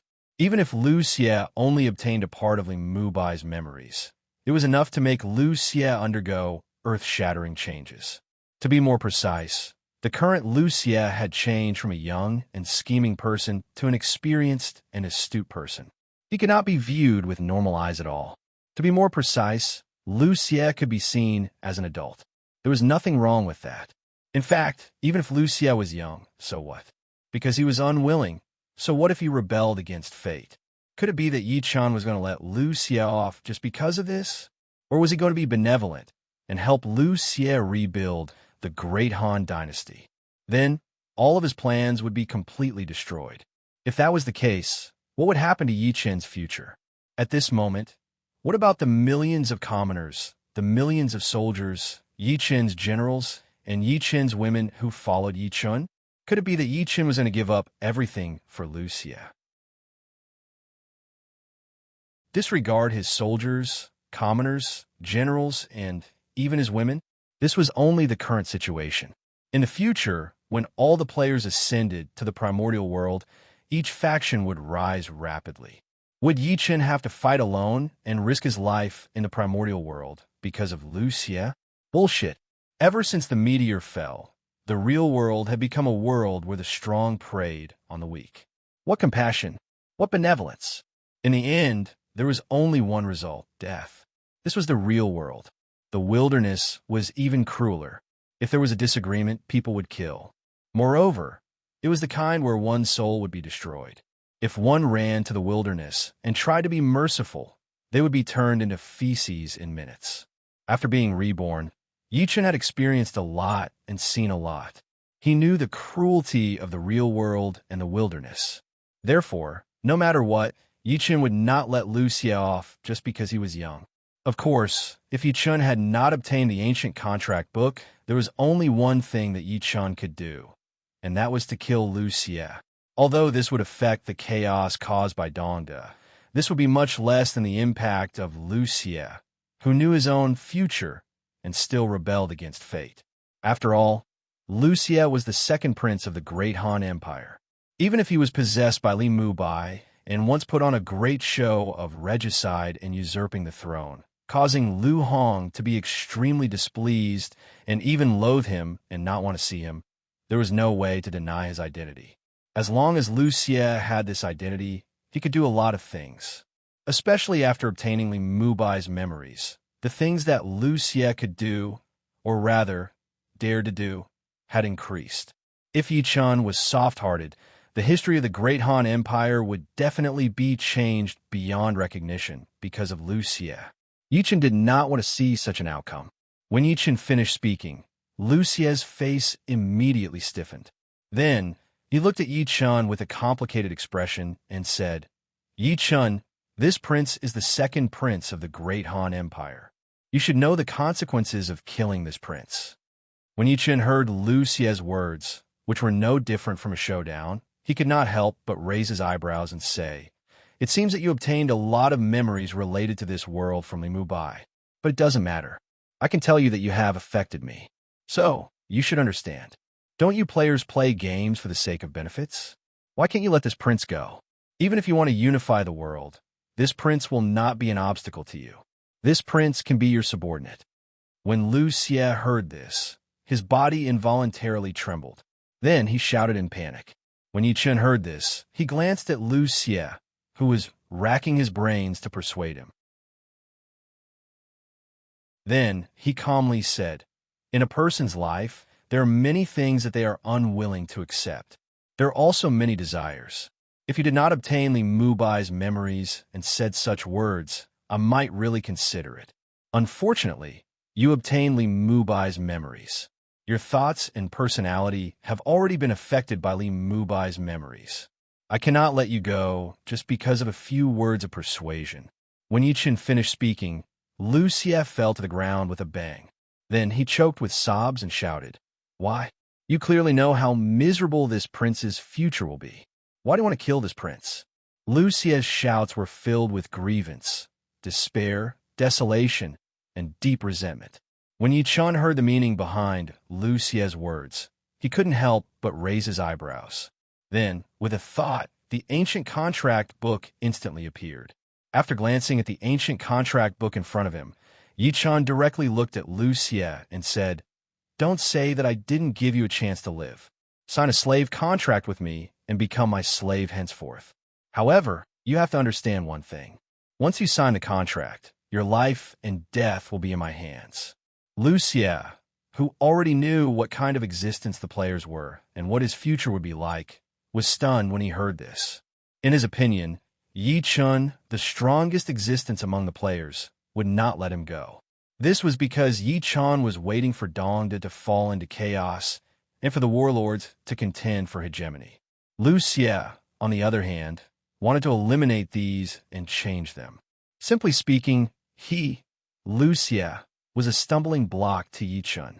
Yichun would not allow him to continue living as an eyesore. But now he had heard that Yichun would let him live, but he would have to become Yichun's slave. In that instant, a deep resentment and a strong desire to live uncontrollably appeared in Lu Xie's heart. It had to be known that no matter how bad Lu Xie was, no matter how miserable his future would be, he was still the grand second prince of the great Han Empire. But now, he was actually going to be taken as a slave by a subject. How could he not be angry? How could he not hate? However, he, who had obtained Li Mubai's memories, clearly knew what the consequences of refusing would be. He didn't want to die. He really didn't want to die. He still wanted to live. Otherwise, he wouldn't have resisted fate. Just as Lu Xie's face was contorted in thought, Yichun coldly smiled. Then, with a wave of his right hand, the God Slayer, which he had put away after discovering that the two people in the secret realm were Lu Xie and Hua Te, once again appeared in Yichun's right hand. At the same time, a strong killing intent violently rushed towards Lu Xie. Sensing the ice-cold and berserk killing intent, Lu Xie suddenly shuddered. Then, he hurriedly looked at Yichun and shouted, "Brother Yi, don't worry. I agree."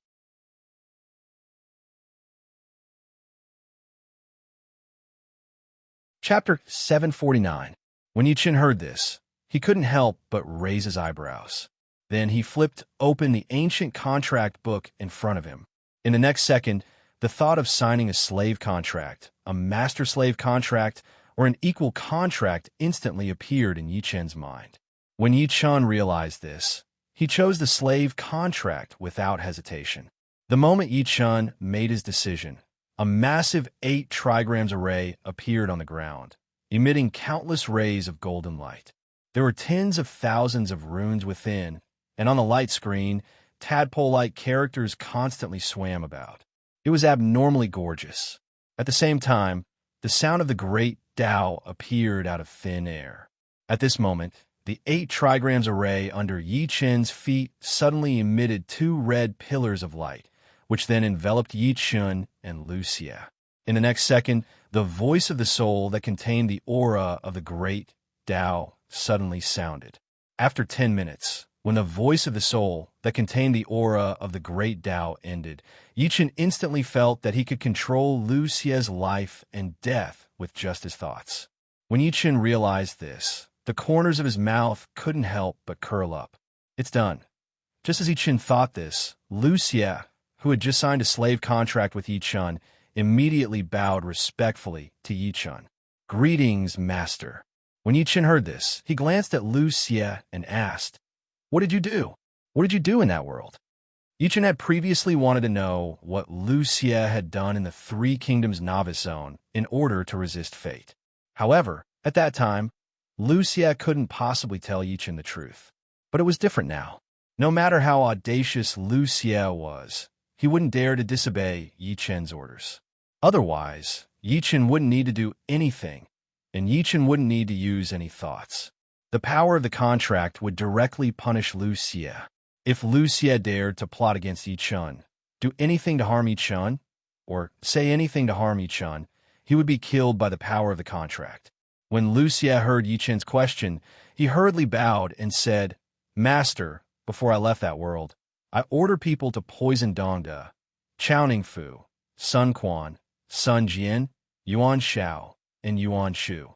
He also sent people to search for Guan Er, Zhang San, Zhao Yun, Dian Xiong, Su Chu, Zhang Liao, Gao Shun, Liang Fulong, Pang Tong, Gui Yi, Sun Qing, Chen Gong, Chen Kun, and other famous generals and civil officials. Apart from that, I also used the Imperial Jade Seal and the Great Ancestors' snake-slaying sword to make an agreement with the Gongsun clan to have them assassinate the 10 attendants." When Yi Chen heard this, he was slightly taken aback. He then looked at Lu Xie and asked, "How did you get in touch with the Gongsun clan?" "Master, someone from the Gongsun clan participated in Li Mubai's plan to kill the emperor and usurp the throne. That day, after he was killed by Master, he used a special tool to revive himself. Then I found him and got in touch with him," Lu Xie hurriedly replied, not daring to hide anything. When Yi Chen heard this, he was once again taken aback. Yi Chen didn't expect Lu Xie to get in touch with the Gongsun clan in this way, nor did he expect the Gongsun clan to be in touch with the Li clan. Damn it, none of these hidden powers are simple. But so what if they're not simple? So what if they're connected? If they provoke me, I'll kill them all. At this thought, Yi Chen sneered and looked at Lu Xie. "It seems that you've really inherited all of Li Mubai's memories. All of Lu Xie's schemes, including the assassination, the search for civil and military officials, the use of benefits to lure the Gongsun clan, and the assassination of the 10 attendants, were all because he was familiar with the history of the 3 kingdoms.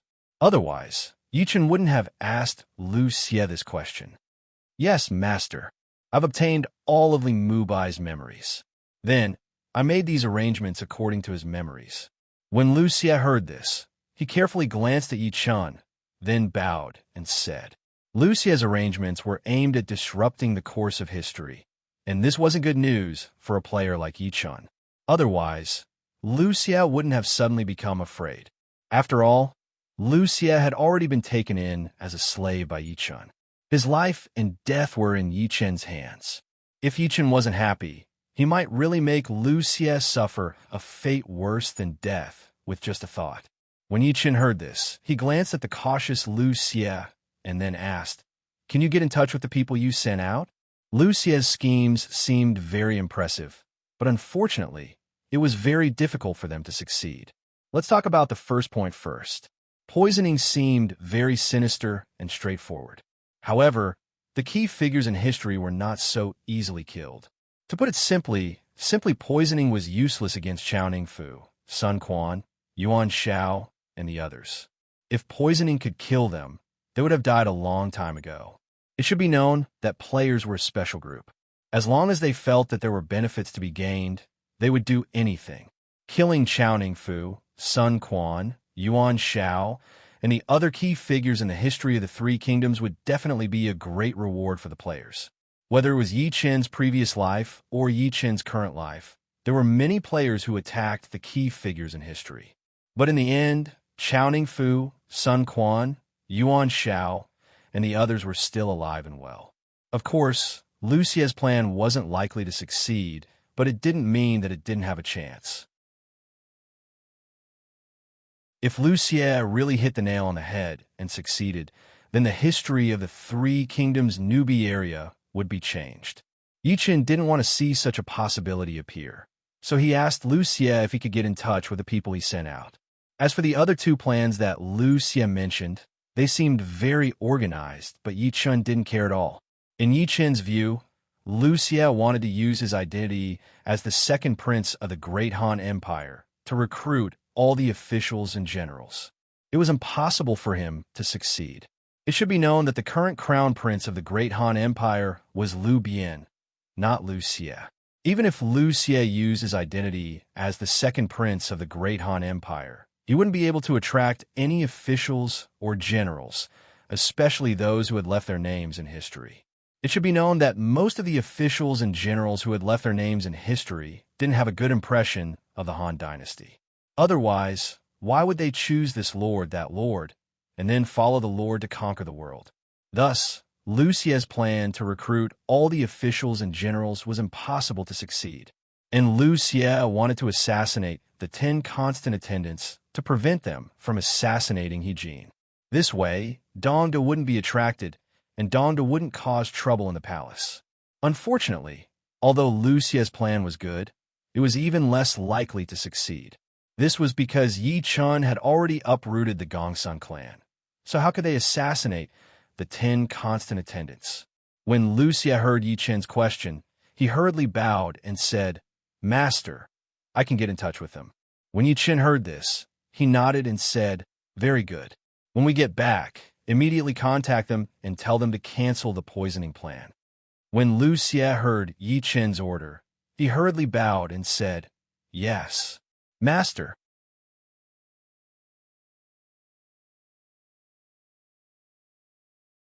Chapter 750. Yi Chun nodded. At this moment, Yi Chun suddenly thought of something. He turned to Liu Xie and asked, "Why is the Gongsun clan's Gongsun Imperial Seal? Why does the Gongsun clan want the Imperial Jade Seal? What grade is the Snake Slaying Sword?"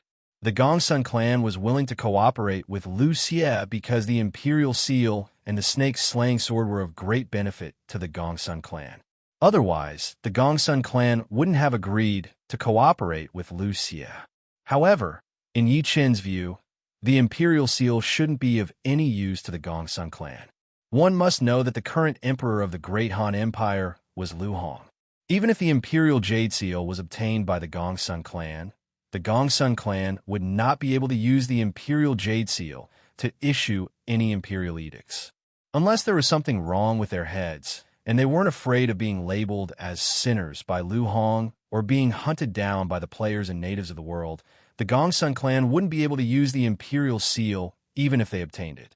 Of course, the Gongsun clan could use the Imperial Seal to annoy Yi Chun, who was going to rule the world in the future.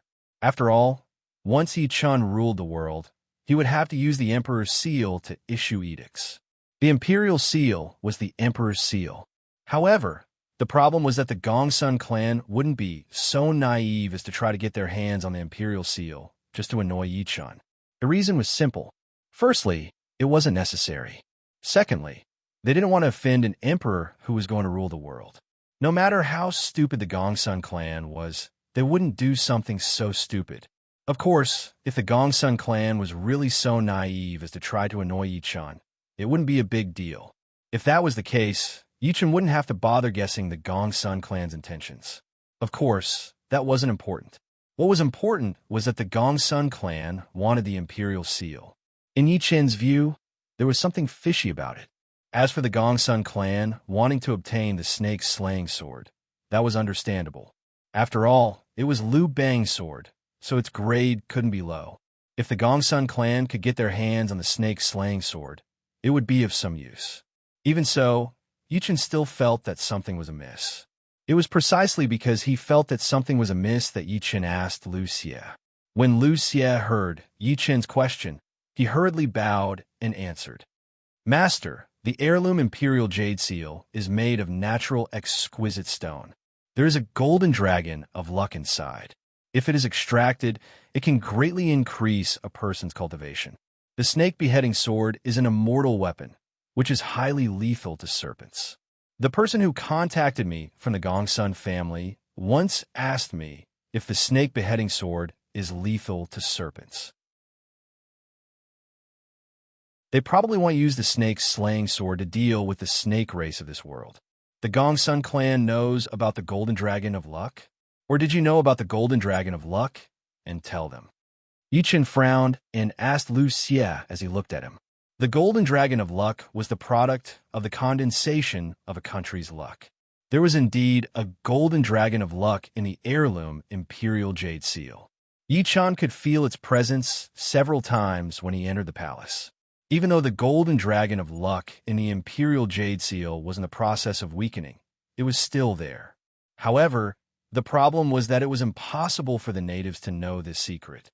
Among the players, Yi-chan should be the only one who knew about it. One had to know that the Imperial Jade Seal came from the pre-Qin dynasty. Emperor Qin would never tell Liu Bang the secret contained in the Imperial Jade Seal, let alone announce it to the world. Now, Liu Xie actually said that the Imperial Jade Seal contained the golden dragon of luck.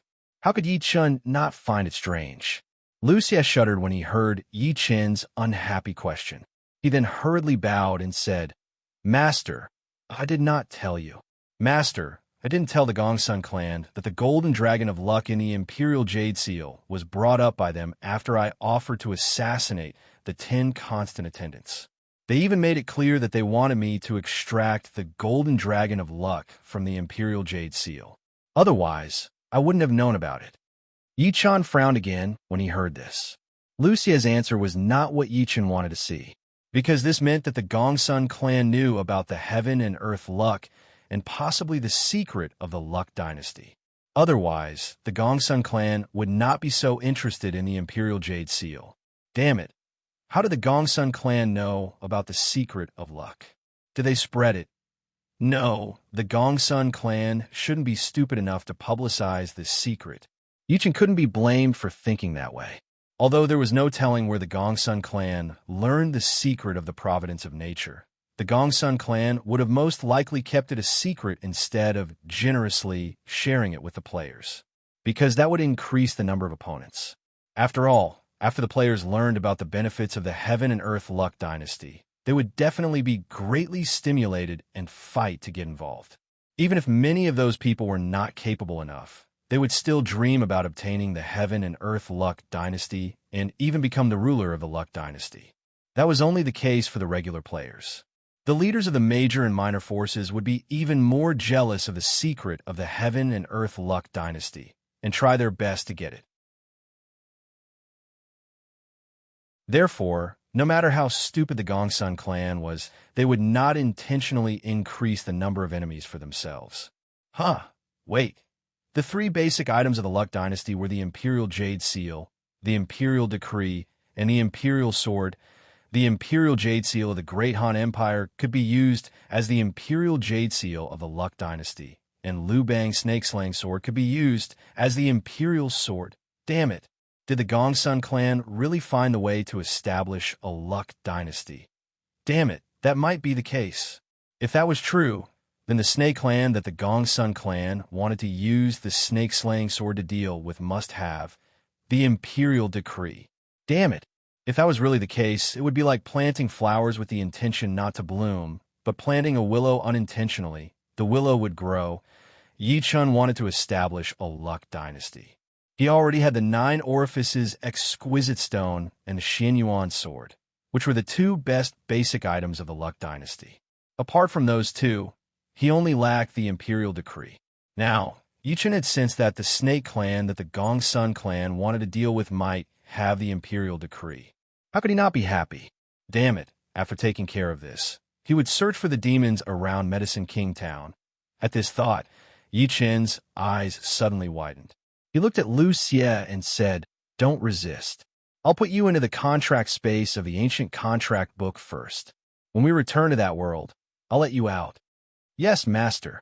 Liu Xie heaved a sigh of relief and hurriedly bowed.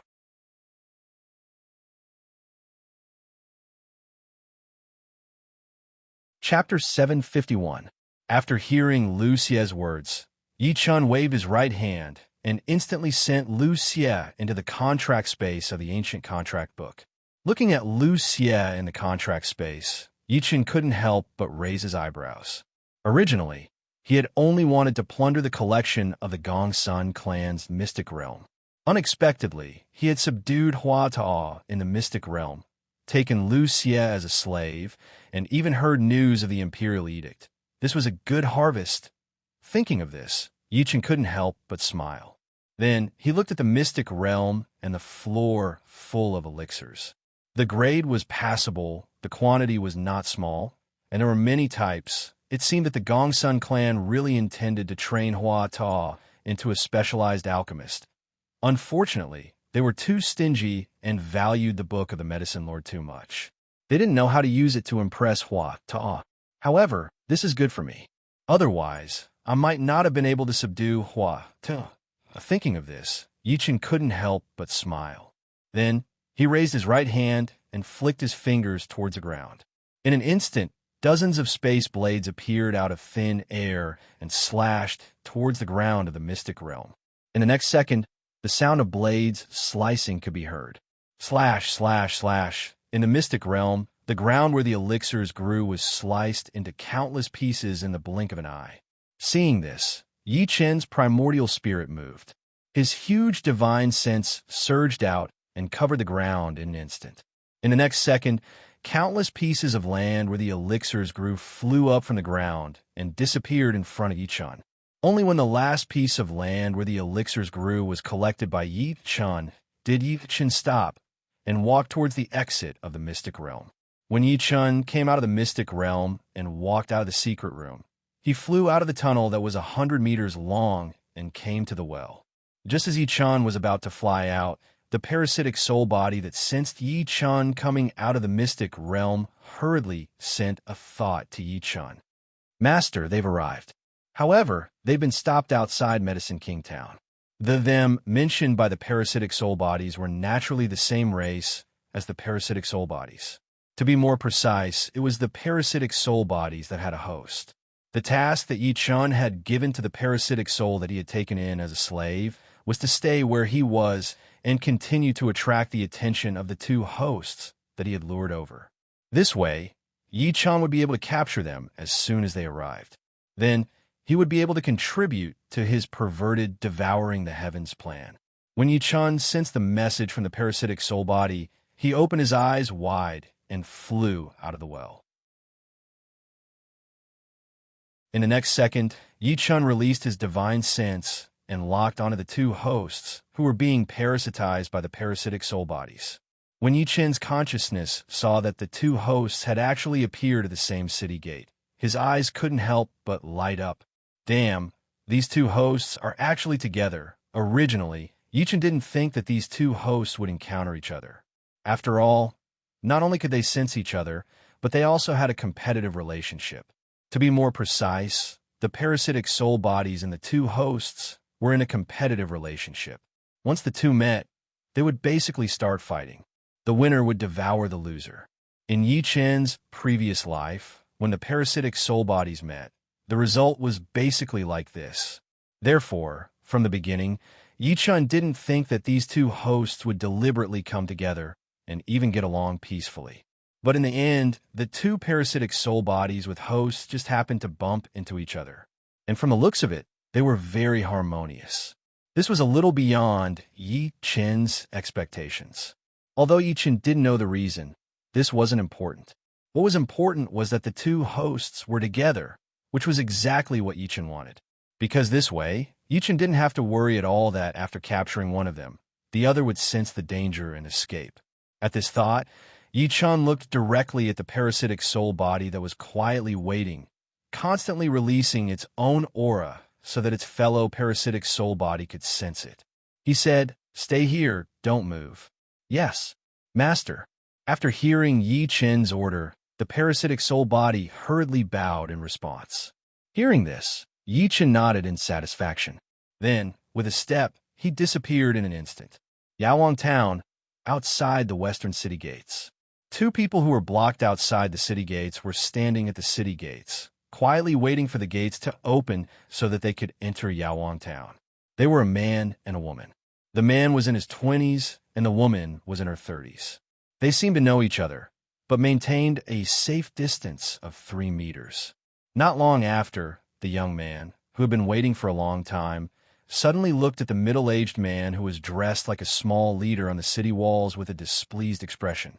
He scolded, "Zhao San, did you send someone to inform clan leader Gongsun or not? Don't tell me you didn't. Otherwise, I'll break your dog leg." Young Master Wang, I've already sent someone to find the clan leader. I believe the clan leader will send someone to pass on the message soon. Please wait patiently. I'll apologize to you. When the middle-aged man on the city walls of Yaowang town heard this, he hurriedly bowed to the young man in a flattering manner. When the young man outside the city gates heard this, he snorted coldly and didn't say anything else. At this moment, beside the middle-aged man on the city walls, a man dressed like a subordinate carefully glanced at the young man outside the city gates. Then, he looked at the middle-aged man and asked in a low voice, "Leader, why did young Master Wang and Miss Zhang suddenly come to our Yaowang town?" When the middle-aged man heard this, he glared at the subordinate and scolded him in a low voice. "You're asking me? Who the hell am I to ask? Anyway, they're awesome. People like us have to be careful when we meet them. We can't afford to offend them. Otherwise, we won't have a good time. Do you understand?" When the underling heard this, he nodded his head. He then cast a glance at the man and woman outside the city gates. Just as the underling was about to retract his gaze, the space outside the city walls suddenly distorted. After that, a handsome young man who was emitting a domineering aura stepped out of the distorted space and appeared outside the city gates. The subordinate who saw the entire process opened his eyes wide. He rubbed his eyes in disbelief and looked over again. When he saw the young man's appearance, a name that had long been known and talked about by the players instantly appeared in his mind. At this moment, the subordinate involuntarily opened his mouth and shouted in shock, "Yi-chun! Yi-chun!" The person who came was indeed Yi-chun. At the same time, the subordinate wasn't the only one who saw Yi-chun appear. There were many others who were just as shocked as the subordinate. Their faces were full of confusion. Just as the subordinate finished speaking, the middle-aged man on the city walls suddenly shivered. The young man, surnamed Wang, and the middle-aged woman, surnamed Zhang, outside the city walls both changed their expressions. However, just as they each took out an item and prepared to use it, a strong suction force appeared out of thin air. Then they saw the items they took out fly towards Yi-chun and into Yi-chen's hands. At this moment, the system's notification suddenly sounded. "Ding! Congratulations to player Yi-chun for obtaining the special item, Instant Teleportation Stone." "Ding! Congratulations to player Yi-chun for obtaining the special item, Netherworld Fire Bullet."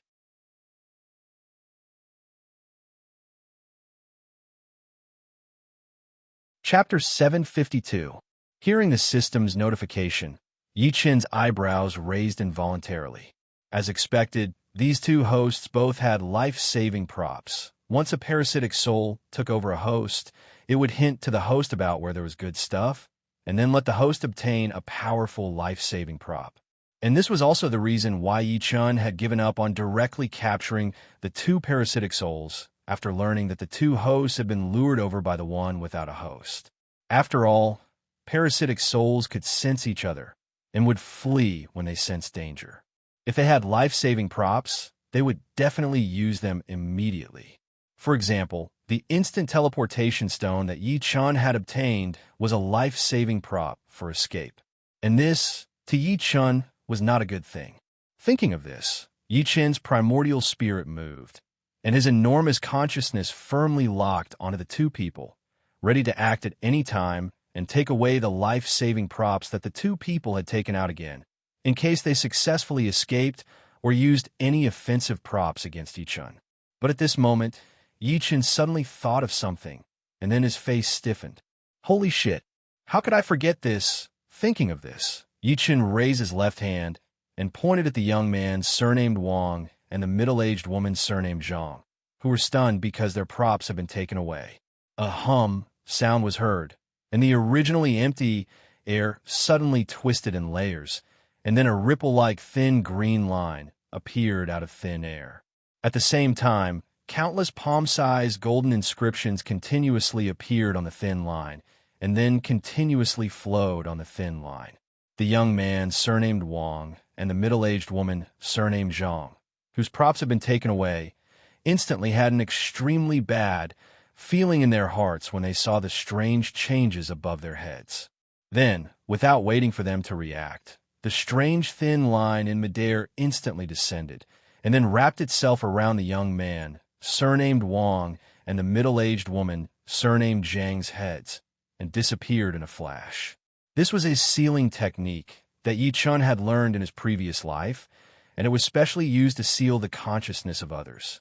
As long as one was hit by the sealing technique, their consciousness would be sealed, and then they would be unable to use any thoughts or consciousness.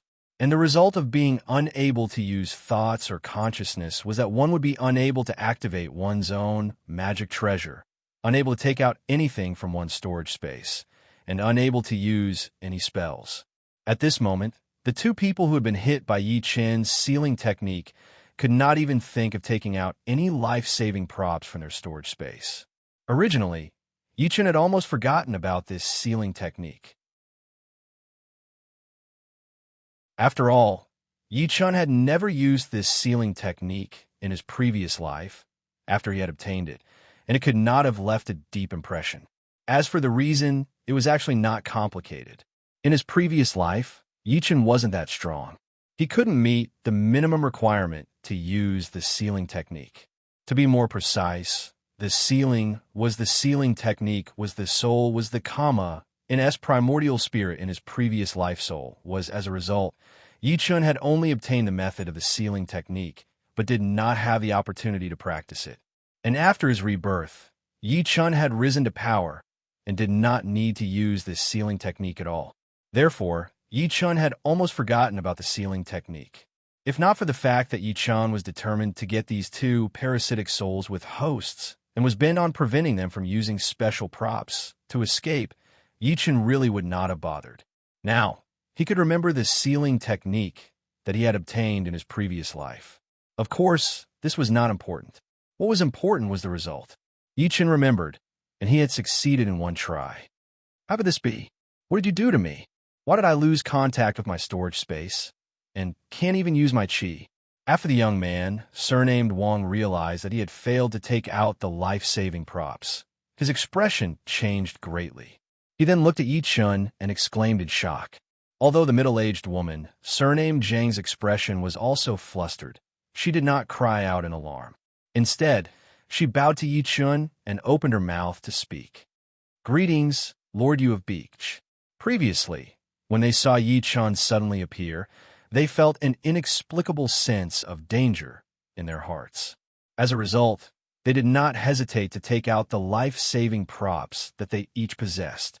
Originally, they had some doubts and thought that it should not have been like this. After all, they did not offend Yi Chun, and they could not possibly have any enmity with Yi Chun.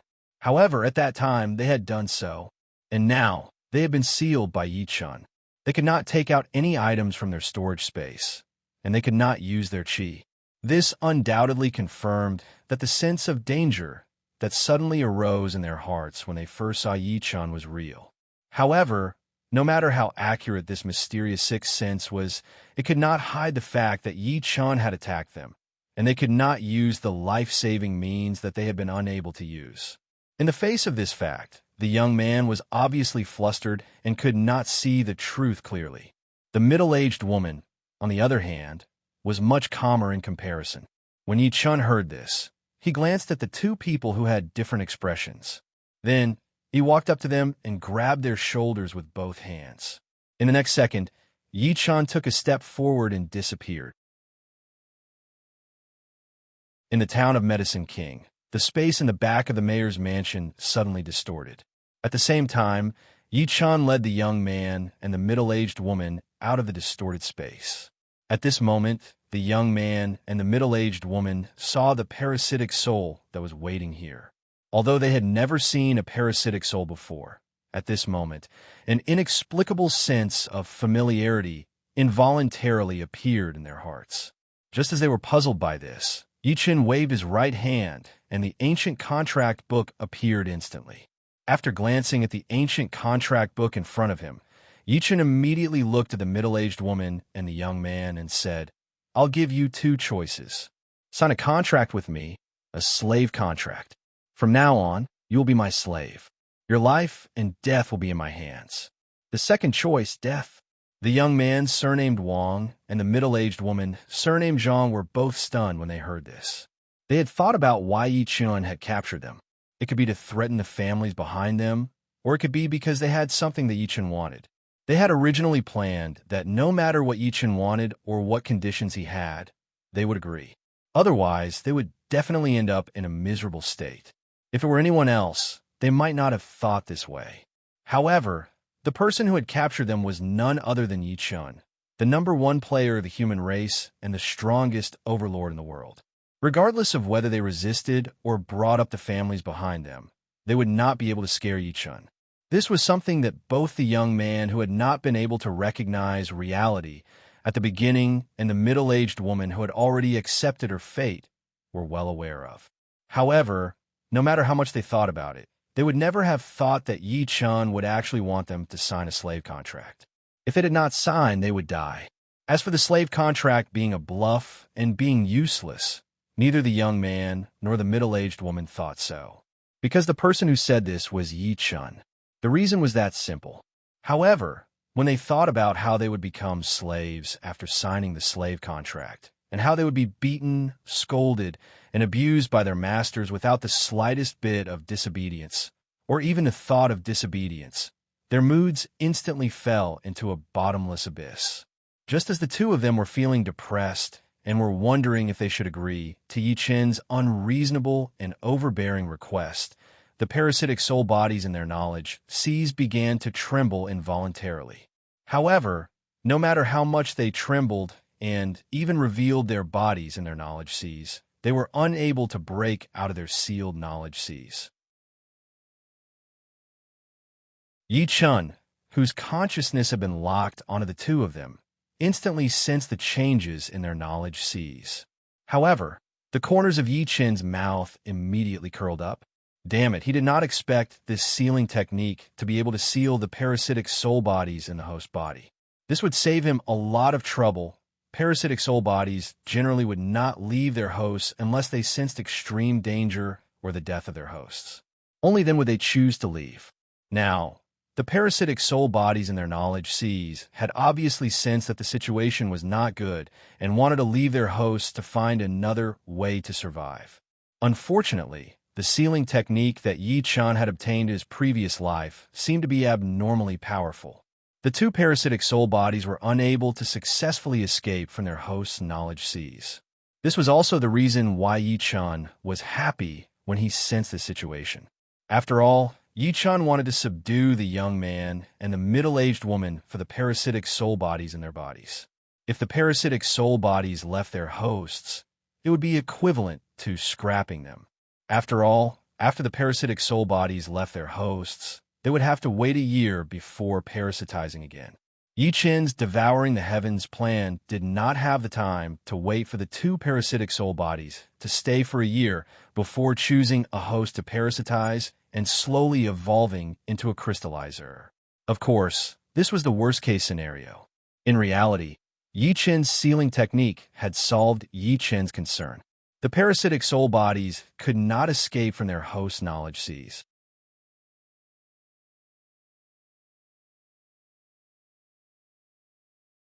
Chapter 753.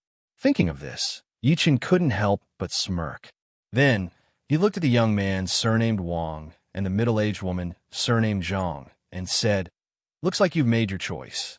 After Yi Chun finished speaking, a violent and cold murderous aura instantly surged out. The young man surnamed Wang and the middle-aged woman surnamed Zhang, who were at a loss as to what to do, suddenly narrowed their eyes when they heard Yi Chun's words. Then, their bodies trembled from the violent, murderous aura that Yi Chun released. At this moment, without exception, the two of them felt that death was about to befall them at any moment. The two of them didn't like this feeling, but the reality was that death was already firmly hanging over their heads. After realizing this fact, the young man clenched his teeth, then looked at Yi Chun and said, "That's right. I agree." After the young man finished speaking, the middle-aged woman also nodded and said, I also agree. A bad life was better than a good death. Moreover, becoming Yi Chun's slave wasn't as terrible as they imagined. After all, Yi Chun was the number one person in the human race, the strongest existence among the players. If they became Yi Chen's slave, no matter what they did in the future, the players would be wary of them and wouldn't dare to be enemies with them. This was the benefit they gained in the game world. If they returned to their clans, it was very likely that they would have enough say because of their status as Yi Chen's slave. As for Yi Chun possibly emptying their clan's resources, although they were reluctant, they didn't care. After all, those resources weren't for them to enjoy alone. There were many other clans who had the right to use those resources. This was what the two of them were thinking. It was this thinking, coupled with the fact that they didn't want to die, that made the two of them agree to Yi Chen's request to sign a slave contract with Yi Chun and become his slaves. After the two of them finished speaking, the parasitic soul bodies in their consciousness trembled even more. Unfortunately, no matter how much the two parasitic soul bodies trembled, it was useless. Once a parasitic soul body parasitized a host, it would have a symbiotic relationship with the host. Although this symbiotic relationship didn't mean that the death of one meant the death of the other, the relationship between the two still existed. This was also one of the reasons why Yi Chun had forced the two of them to sign a slave contract instead of forcing out the parasitic souls in their spiritual sea and forcing them to sign a slave contract. Of course, as long as the parasitic soul body got rid of its parasitism, it could get rid of the relationship between the two. Unfortunately, the prerequisite for this was that the parasitic soul had to leave the host. To be more precise, it left the host's sea of consciousness. If this had happened before Yi Chun had cast the sealing technique on the two of them, the parasitic soul bodies might have succeeded in doing so. After all, if they sensed danger, they would definitely want to leave their host and survive. And Yi Chen's solution to this problem was to entice him. To be more precise, he told the parasitic soul body that he would let it continue to evolve and that he would never kill it. Then, he would let it stay obediently in the spiritual sea of the host and maintain a parasitic relationship. But now, under the suppression of Yi Chen's sealing technique, the parasitic soul body wouldn't be able to leave the host and get rid of the parasitism, even if it died. Therefore, Yi Chun didn't need to spend any effort to entice the parasitic soul bodies. He only needed to force the two hosts to do so, and the result was obvious. Yi Chun succeeded. After hearing their affirmative answers, Yi Chun glanced at the two of them and then directly opened the ancient contract book in front of him. In the next second, the idea of signing a slave contract, a master-slave contract, or an equal contract instantly appeared in Yi Chun's mind. Sensing this, Yi Chun didn't hesitate to choose the slave contract. After Yi Chun made his decision, a huge 8 trigrams array appeared on the ground, emitting tens of thousands of rays of golden light. There were tens of thousands of runes inside. On the light screen, words that looked like tadpoles swam continuously. It was abnormally gorgeous. At this moment, the 8 trigrams array under Yi Chen's feet suddenly emitted 3 red pillars of light. Then, it enveloped Yi Chun, the young man surnamed Wang, and the middle-aged woman surnamed Zhang. In the next second, the voice of the soul that contained the aura of the great Tao sounded out of nowhere. Then, the young man and the middle-aged woman involuntarily closed their eyes. After the time it took to drink a cup of tea, when the voice of the soul that contained the aura of the Great Way ended, a feeling of being able to control the life and death of the young man, surnamed Wang, and the middle-aged woman, surnamed Zhang, appeared in Yi Chen's heart. Sensing this, Yi Chen couldn't help but raise his eyebrows. Success, the plan to devour the universe, had officially begun. Although it was just the beginning, as long as he continued and caught enough parasitic soul bodies, devouring the universe was no fantasy. At this thought, Yi Chen couldn't help but smile. Then, with a thought, he instantly put away the ancient contract book. At that instant, the young man with the surname Wang and the middle-aged woman with the surname Zhang both opened their eyes. After exchanging glances with each other, they glanced at Yi Chun and bowed respectfully toward him, saying, "Greetings, master." When Yi Chun heard this, he chuckled and nodded. Then he looked at the middle-aged woman and asked, "How many 9 underworld fire bombs do you have on you?" The 9 underworld fire bomb was a special tool.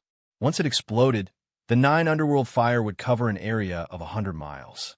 If one's cultivation wasn't high enough or didn't have a protective tool of divine artifact or above to protect one's self, the 9 underworld fire would definitely burn one's soul to death. Yi Chun had the fire spirit pearl on him. If he wanted to resist the burning of the 9 underworld fire, it was still possible. Of course, this didn't mean that the 9 underworld fire wasn't powerful. It was just that Yi Chun's fire spirit pearl was the perfect counter to the 9 underworld fire. Yi Chun asked the middle-aged woman about the 9 underworld fire bombs because he wanted to see how many of these things she had. If she had many, Yi Chun wouldn't mind getting some for her. After all, Yi Chun had countless enemies after he ascended to the Eldritch world. Powerful tools might not be useful against powerful beings, but they were still useful against enemies who had ascended to the Eldritch world. At least, the enemy's human wave tactic was completely useless against Yi Chun, who had a large range of attack tools. As for Yi Chun asking the middle-aged woman whether she had many 9 underworld fire bombs, he wanted to see the situation. Although Yi Chun had taken her as a slave, he still had to ensure that the middle-aged woman could live safely. At least she couldn't die before she became a crystallizer and was used by Yi Chun in his swallowing the starry sky plan. Therefore, if the middle-aged woman didn't have many 9 underworld fire bombs, Yi Chun wouldn't have any ideas about her. After hearing Yi Chun's question, the middle-aged woman hurriedly bowed and said, "Master, I have tens of thousands of 9 underworld fire bombs."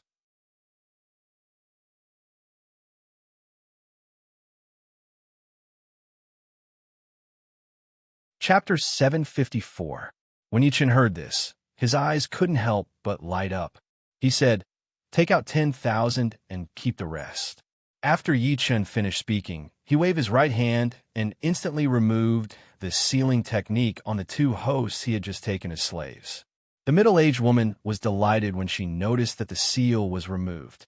She bowed to Yi Chun without hesitation and said, "Yes, Master." She was naturally reluctant to take out so many 9th Hell fire bombs, but she knew the current situation and the consequences of disobeying Yi Chun's order. Therefore, she wisely chose to please Yi Chun and did not refuse any of Yi Chun's orders. The woman surnamed Zhang finished speaking, and with a thought, 10,000 netherworld fire bullets appeared on the ground. Yi Chun nodded with satisfaction when he saw this. He grabbed the air with his right hand and instantly collected the 10,000 9th Hell fire bombs into the small world. Yi Chun raised his eyebrows when he saw the 10,000 9th Hell fire bombs in the small world. He then looked at the middle-aged woman and said, "Take it." Yi Chun waved his right hand, and a set of spiritual level armor, a spiritual level longbow, and a magic treasure level longsword appeared instantly. Then, Yi Chun threw them to the middle-aged woman. The middle-aged woman was stunned when she heard Yi Chun's words. Then, she subconsciously caught the weapons and armor that Yi Chun threw to her. In the next second, the middle-aged woman was stunned.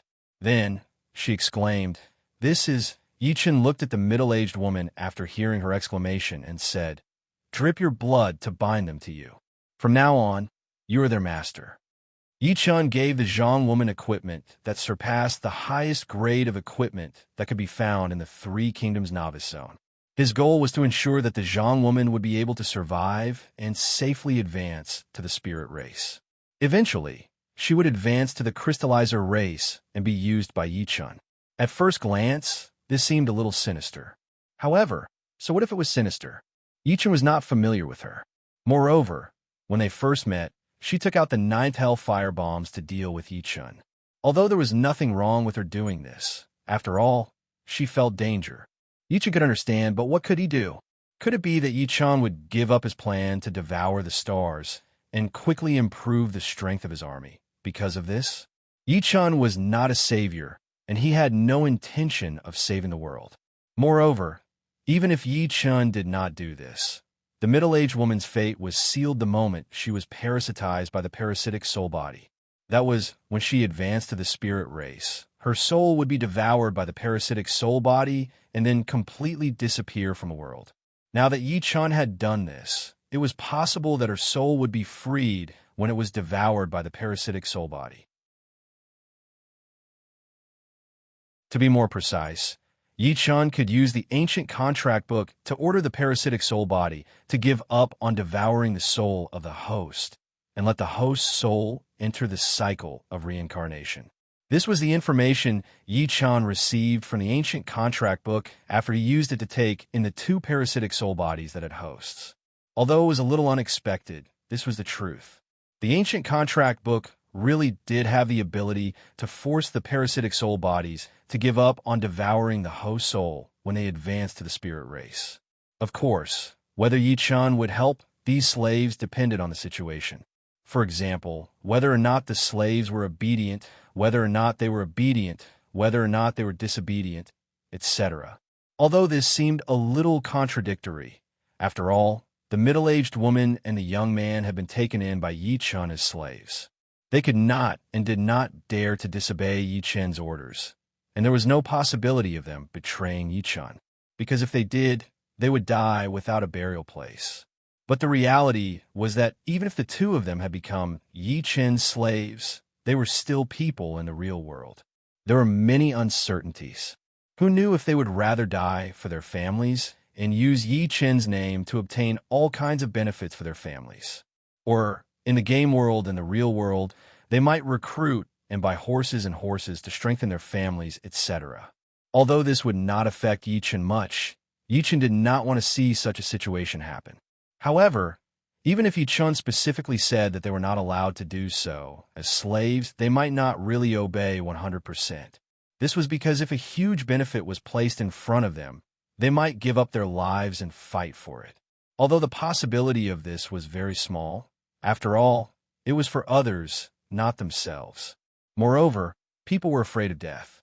Don't forget that these two people were members of hidden factions. Who knew if they would be persuaded by their families? Who knew if they had descendants? Who knew if they would have an extra descendant before they became spiritual race members? It was also because there were too many uncertainties in these two people that Yi Chun was prepared to observe the situation before deciding the fate of these slaves. More accurately, Yi Chun would observe the situation before deciding whether or not to let the souls of these slaves be released and enter the cycle of reincarnation when their parasitic souls became spiritual race members. This way, they would not completely disappear from the world. Of course, all of this was based on the fact that they could live until they became spiritual race members. If they were unlucky and died before that, it would be the end of it. As for bringing the slaves to Samsara City, it would be easier for them to survive and become spiritual race members. This would help Yi Chun in his plan to devour the stars. The reason was reasonable and logical. However, Yi Chun would not do this at all. After all, these slaves were people from the real world. If Yi Chun brought them to Samsara City, who knew if these people would be driven by benefits and take risks to plot against Yi Chun's subordinates and Yi Chun's women? After all, the slave contract only restricted them from harming Yi Chun. It did not restrict them from plotting against anyone other than Yi Chun. Of course, Yi Chun could order them not to do this. Otherwise, they would die. But what if? Who knew if they would find a loophole and find a feasible plan to destroy Yi Chun's Samsara City and damage Yi Chun's foundation? Yi Chun was not in the mood to waste time on this. It was also for this reason that Yi Chun had never thought of letting the slaves stay in Samsara City from the beginning. As soon as Yi Chun finished speaking, the middle-aged woman was so excited that she bit her finger and dripped her blood on it. With a flash of red light, the three pieces of equipment disappeared into the middle-aged woman's body one after another. The next second, the middle-aged woman looked at Yi Chun with great excitement. Then she bowed to Yi Chun and said, "Thank you, master." The middle-aged woman was very excited at this moment, because what she paid was only the netherworld firebomb, which could only be used for suicide. What she got in return were the spiritual weapons and magic treasures that she had seen in her family's inheritance. Not only did her family not have these things, but even those like her family who had obtained the opportunity before the meteor fell did not have them. She was very sure of this. It was also for this reason that the middle-aged woman was so excited. After all, she now had powerful equipment. Whether it was in the game world or in the real world, she did not have to worry or be afraid of going anywhere. In fact, this was also the case. Not to mention humans, even demons would not be able to break through her defense and would be killed by her directly. Of course, this was on the premise that within a certain period of time. After all, both human and demon players were constantly getting stronger. The more time passed, the more powerful the players would be. By then, these equipment would definitely be outdated. But this did not matter. At least in the middle-aged woman's opinion, she had obtained a great opportunity. Moreover, because of this, she would quickly become a powerful human being and then become an existence second only to one person. She had this confidence, and the source of this confidence was that she had become Yi Chen's slave and obtained equipment that the players did not even dare to dream of. Thinking of the future, the middle-aged woman's face suddenly turned red. Then, her whole body trembled involuntarily, and her movements began to intensify. Seeing this, Yi Chen was slightly taken aback. Then, he thought of something and shook his head. Then, he looked at the middle-aged woman's strange behavior and the young man who was dumbfounded. He asked, "How many instant teleportation stones do you have?" "Say, reporting to Master, I have more than 1,200 here." After hearing Yi Chen's question, the young man immediately came back to his senses. Then he swallowed his saliva and stammered. Hearing this, Yi Chen glanced at the young man and said, "Give me 1,000. Take out 1,000 and give her 10. Keep the rest for yourself." The instant teleportation stone was also a kind of special tool. As long as the coordinates were set in advance, no matter where it was, as long as it was within the maximum range of the instant teleportation stone, once activated, it would immediately return to the set coordinates. This was not very useful to Yi Chen, but it was very useful to Yi Chen's women. One must know that they did not have spatial abilities and could not go wherever they wanted like Yi Chen. As long as it was within the range of his spirit sense, it would be fine. If the instant teleportation stone was given to the women, they would naturally have an additional life-saving means. Of course, at this moment, there was not much difference whether the women had this or not. After all, they had all advanced to the mortal evolution state and were equipped with super equipment and chaos cultivation method. Usually, they would either stay in the reincarnation immortal city in the game world or the reincarnation immortal city in the real world. There was basically no existence that could threaten them. However, Yi Chen liked it. The reason was that simple. The truth was also so. Yi Chen was very concerned about his women having many life-saving means. Otherwise, Yi Chen would not have reminded Zhao Yu, Chan Wan, Kai Mei and the others not to go out casually when they came to the real world. He would also not give them the god-level face, preserving fruit. As for the chaos cultivation method, magic artifact long sword, Dao enlightenment tea, Dao enlightenment stone, and other cultivation methods, he would not give them to them.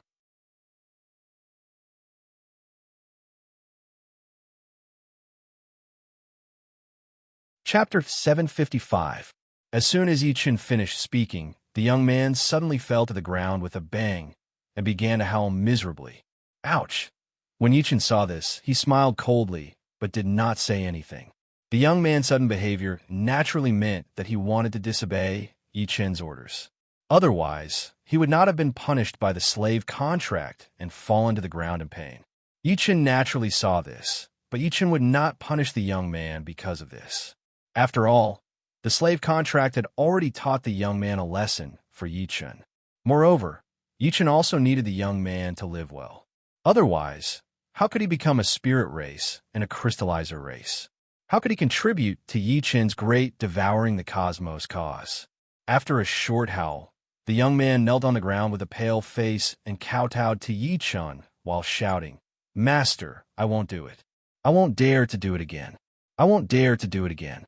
As soon as the young man finished speaking, the punishment of the slave contract disappeared without a trace. Sensing this result, the young man did not hesitate and took out more than 1,200 instant teleportation stones from his storage space.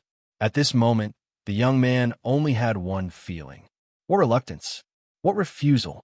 What bargaining? It was all nonsense. He would give Yi-Chen whatever he wanted. He would do whatever Yi-Chen asked him to do. Otherwise, the slave contract would torture him again. Yi-Chen looked at the young man expressionlessly. Then he grabbed the air with his right hand, and 1,000 instant teleportation stones flew to Yi-Chen's side and disappeared in a flash.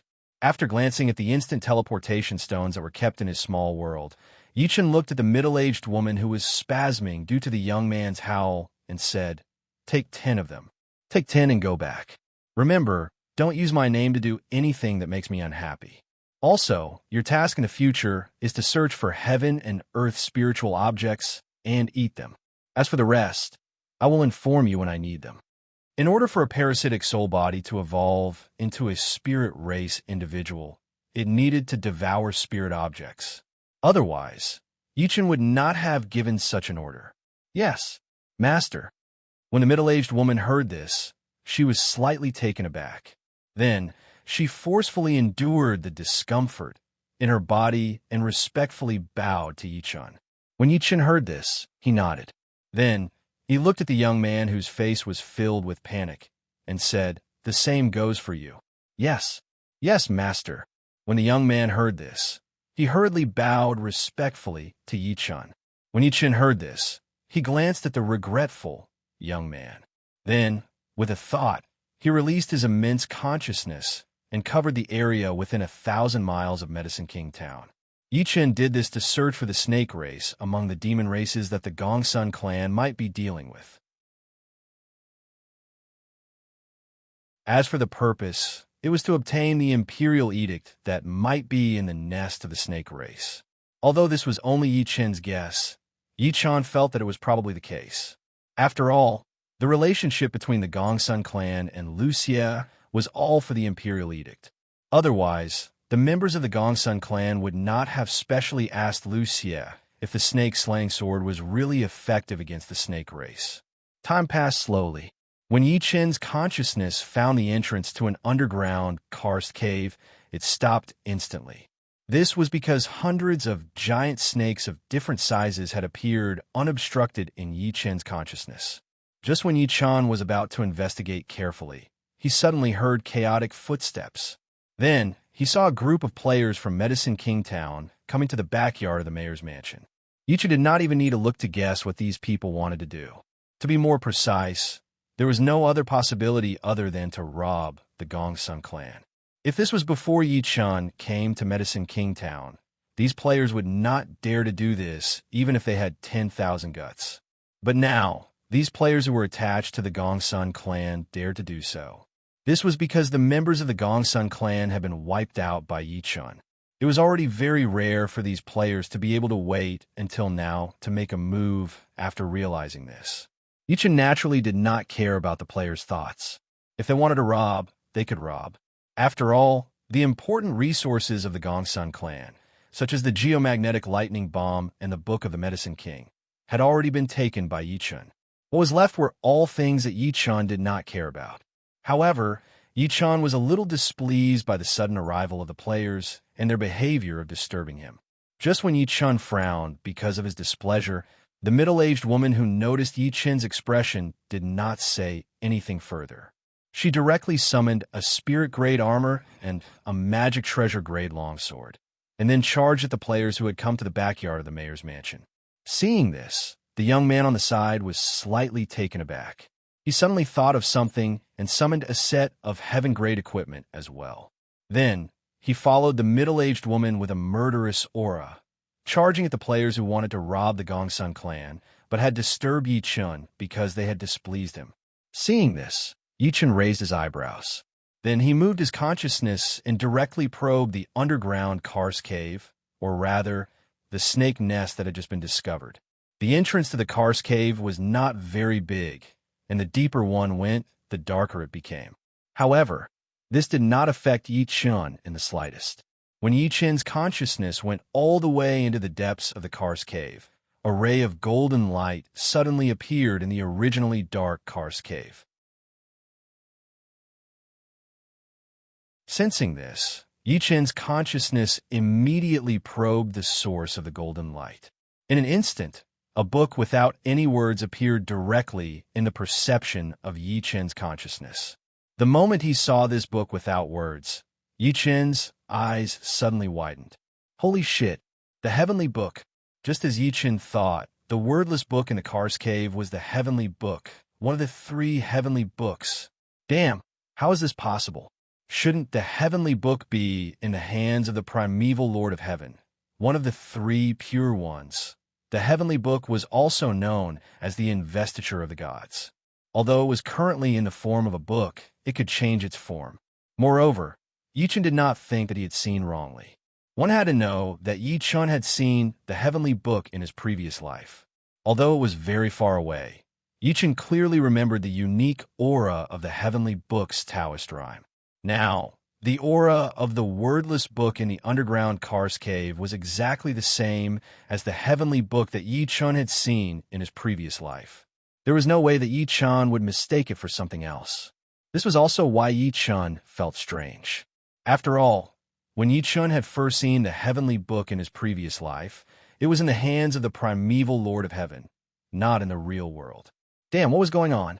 Could it be that in his previous life, the heavenly book was also obtained by a player? But when he was ascending, he bumped into the primeval Lord of Heaven and was directly turned into ashes by the primeval Lord of Heaven and robbed of the heavenly book. No matter what the situation was, this heavenly book was mine for sure. The heavenly book was the investiture of the gods.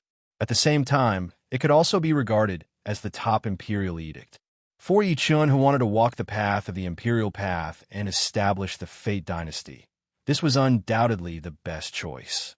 After all, the higher the grade of the Fate dynasty's 3 great treasures, the imperial jade seal, the imperial sword, and the imperial edict, the greater the benefit to the Fate dynasty.